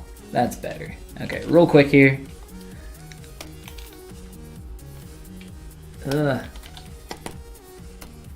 Try to fix this. Get our quick little pupil iris combo thing going on here. And you won't be around long. It's not a problem. I appreciate you coming and stopping by. Hello from my bedroom. Oh, we got a funny guy. How long have you been working on this? Let's see. We have been streaming for 3.5 hours. At the beginning of the stream, I don't remember when I switched gears. Maybe like an hour in, so 2.5 hours-ish on this gal. She's getting there. She's not really close to done though. Literally tens of minutes. Yeah, that sounds accurate. But I think, like, wouldn't anything over like 20 minutes be considered tens of minutes? It could be years, but you could still be like tens of minutes. Not to get technical, but it's a little technical. I'm just trying to make a flippin' mask. Come on. There we go. Good job, ZBrush. Proud of you. Alright. How big do I want this to be? Probably about that big. Maybe a little bigger. Nah, too big. That looks good. Alright.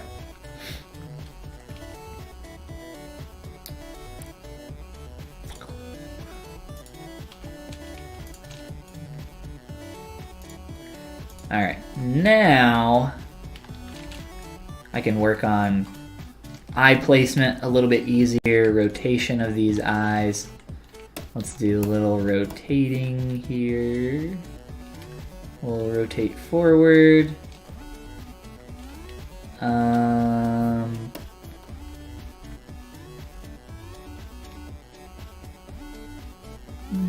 It's not super far off. I'm gonna work on one of these at a time, just so I don't screw up the middle part of the eye, the geometry in there. I'll just do something like this.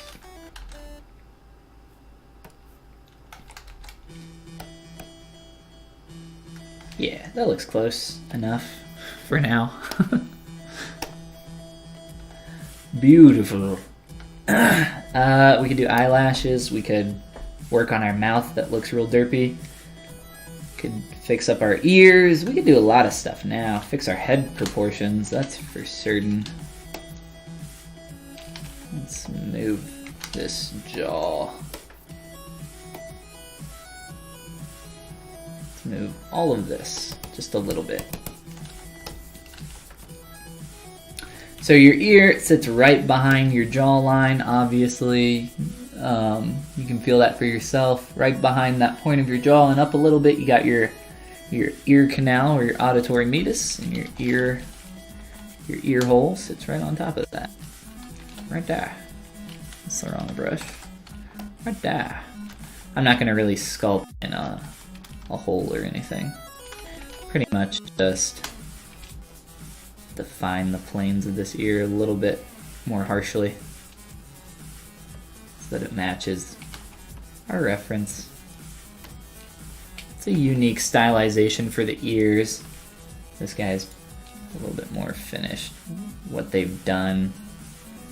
It's same artist for this concept. Just a female character instead.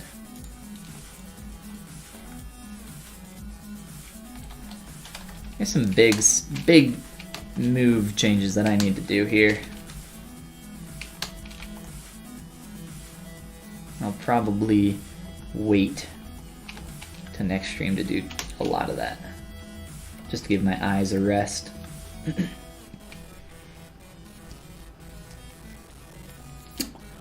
Crad, thank you, appreciate it. Nova's starting some skin detail, sounds like fun. Stoked for awesome monotony. Look, you gotta find a way to make it fun. Whoa. Back from space. Welcome back, and welcome to the stream. I've heard space is pretty dangerous, so that's nice. Good job.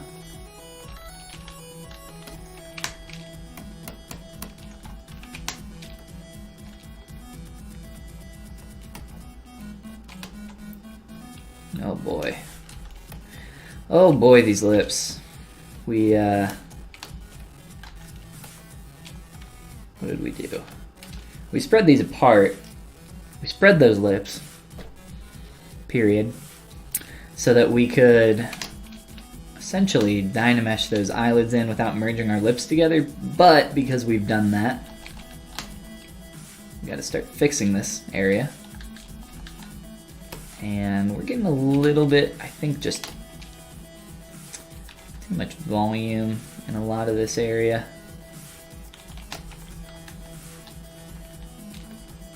Let's see here.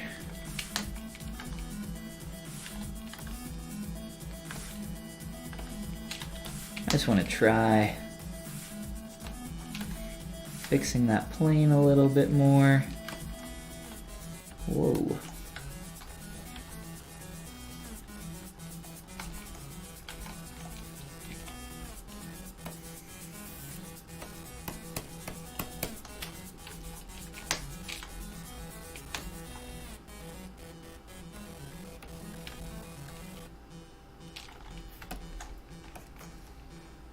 They have a very strange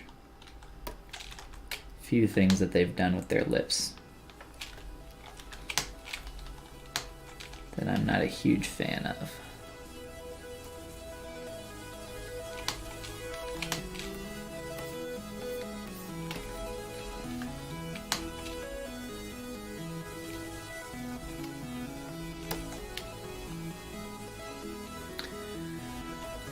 Oh.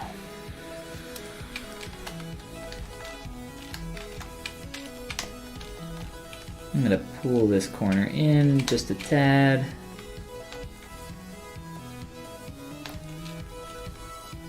This character has some extremely slanted eyes going on, but it ends up creating some nice eye wrap, which I've talked about a little bit down through here.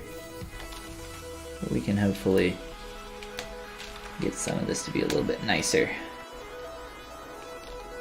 Not just from the front, but from our profile as well.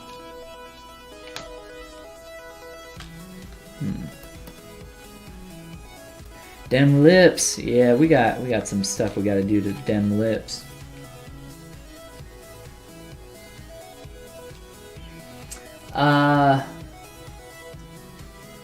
Fun equals awesome, but yes, repetitive at the same time.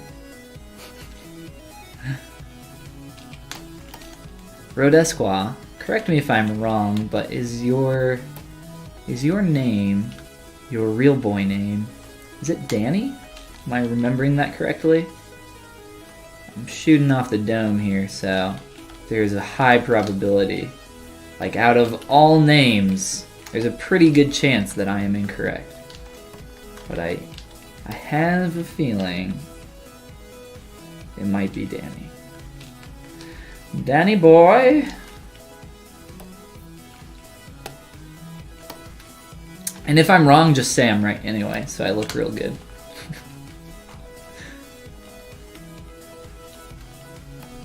You're gonna legally have to change your name if I am wrong, just to let you know.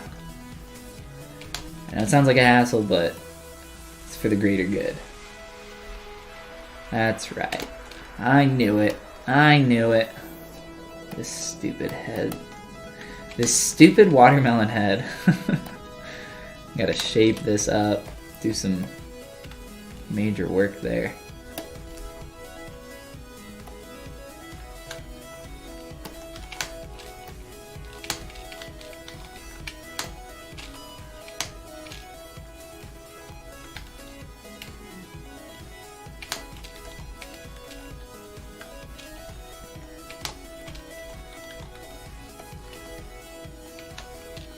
By the way, if I have not mentioned yet, my real name is indeed Follygon. That's my birth name.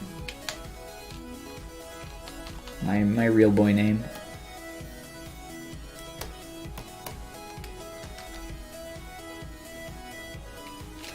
Did I know it or did you tell me? I think I remember from looking at your profile on ArtStation. I don't know if you've ever told me. I don't know if you've ever told me your Christian name.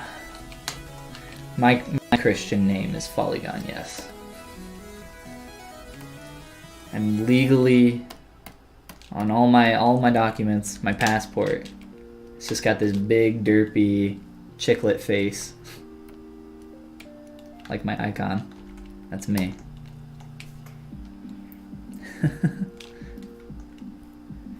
I got my light shining like directly on my character, and I do that a lot just so the eyes can look a little bit more appealing with their reflection. They start to look a lot more dead if you don't have that there.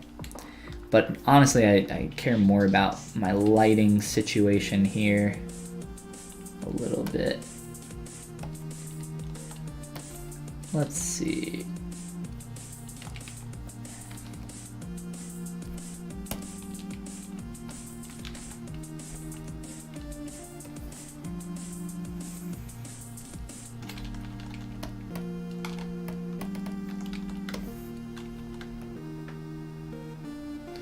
Starting to get flat. Starting to get V flat.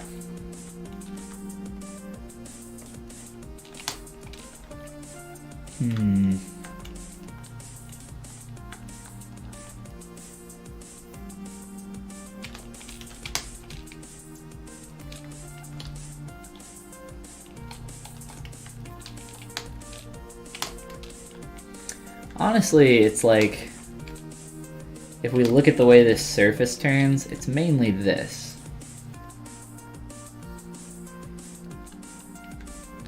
It's creating this really awkward bubble out plane wrap around to the lips here. I don't really like that, so let's try fixing it. Just so we can get some better wrap around the face in this area. It's really causing a lot of issues here, especially like that top lip. How far that's jutting out. Sometimes it's nice to also close your mouth, and it's nice that because these are separate meshes, I can do that without worrying about that merging together. And again, our lips here in the corner need quite a bit of work so that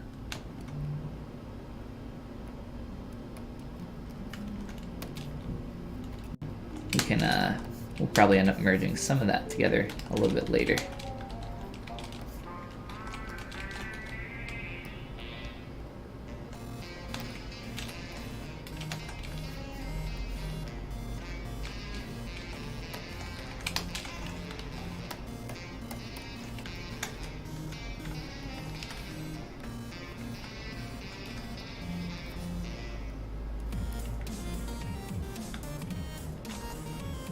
I'm also going to rotate, I think, my entire head. I feel like I always, when I'm sculpting a character, or just a bust by itself, because I don't have the entire body to reference in terms of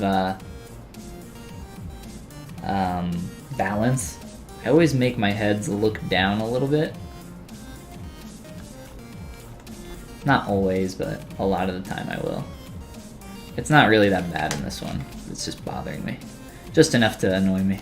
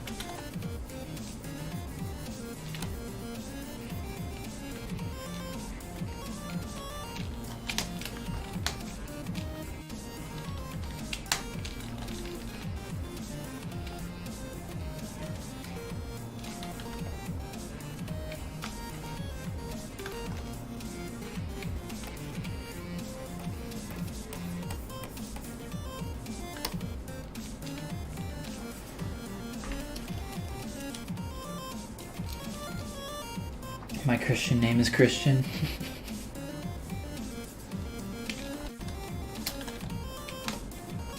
A minor. I don't remember what I said. I know I said something that sounded like a major or minor note, and I felt someone, when I said that, I was like, someone cheeky in the comments section will comment on this. But then I forgot what I said, so it's not extremely helpful for me to not remember the joke that I set up for you guys to deliver a punchline. Music jokes, yes. Yes, I said it looked flat. That's right. Said maybe it's flat or something like that. I don't remember. It doesn't matter.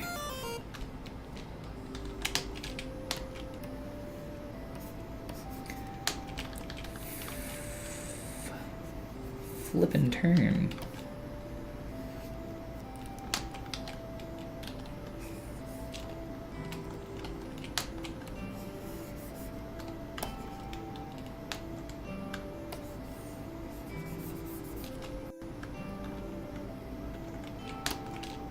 Just getting this edge to turn here. A little bit much, maybe.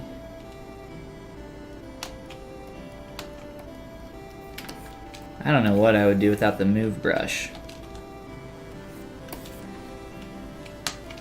Then I couldn't just Give her horns randomly. Now she's a demon! No, we won't do that.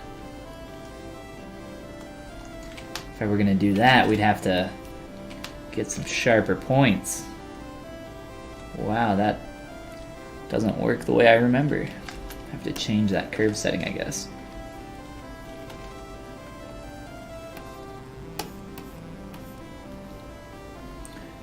Beautiful, beautiful. All done, guys.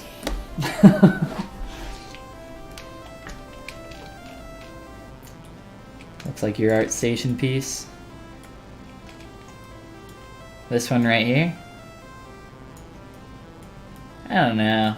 I think your work's at least a little better than this.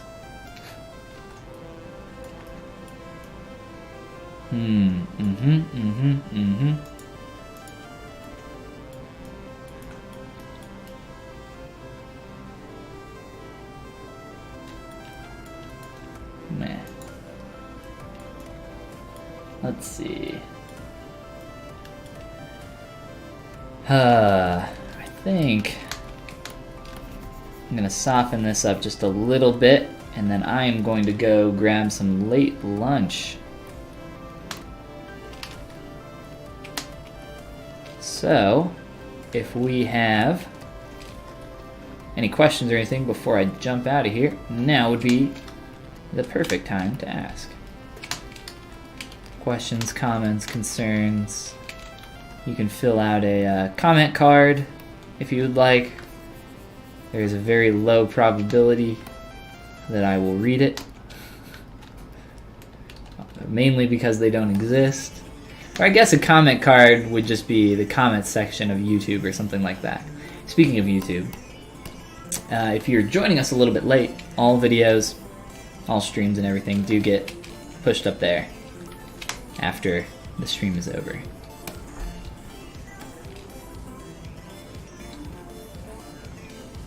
Let's see here. I think I maybe need to work a little bit on that transitional edge there. Whoops.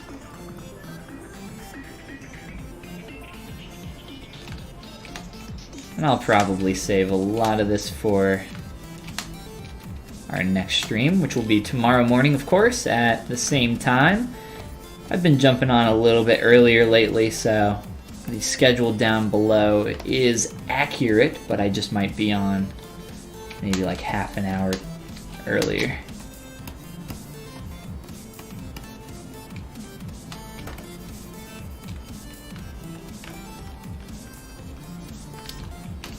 Got these little messy warble shadows going on. Don't like those.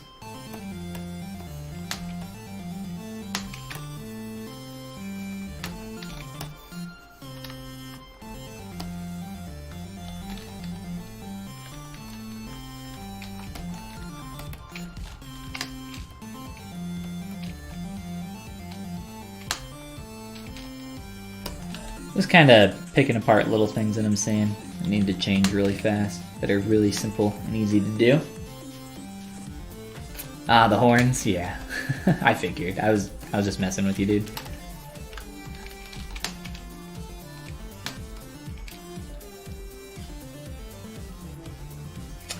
Looks like that hilarious Hanzo pic you saw. I don't know. What is this hilarious Hanzo pic? Whichever way it stops, that's our new character. Beautiful. Perfect. I couldn't imagine it being any better. I'll just erase all of that. Alright guys, I think that'll be a good place for us to press pause on today's stream.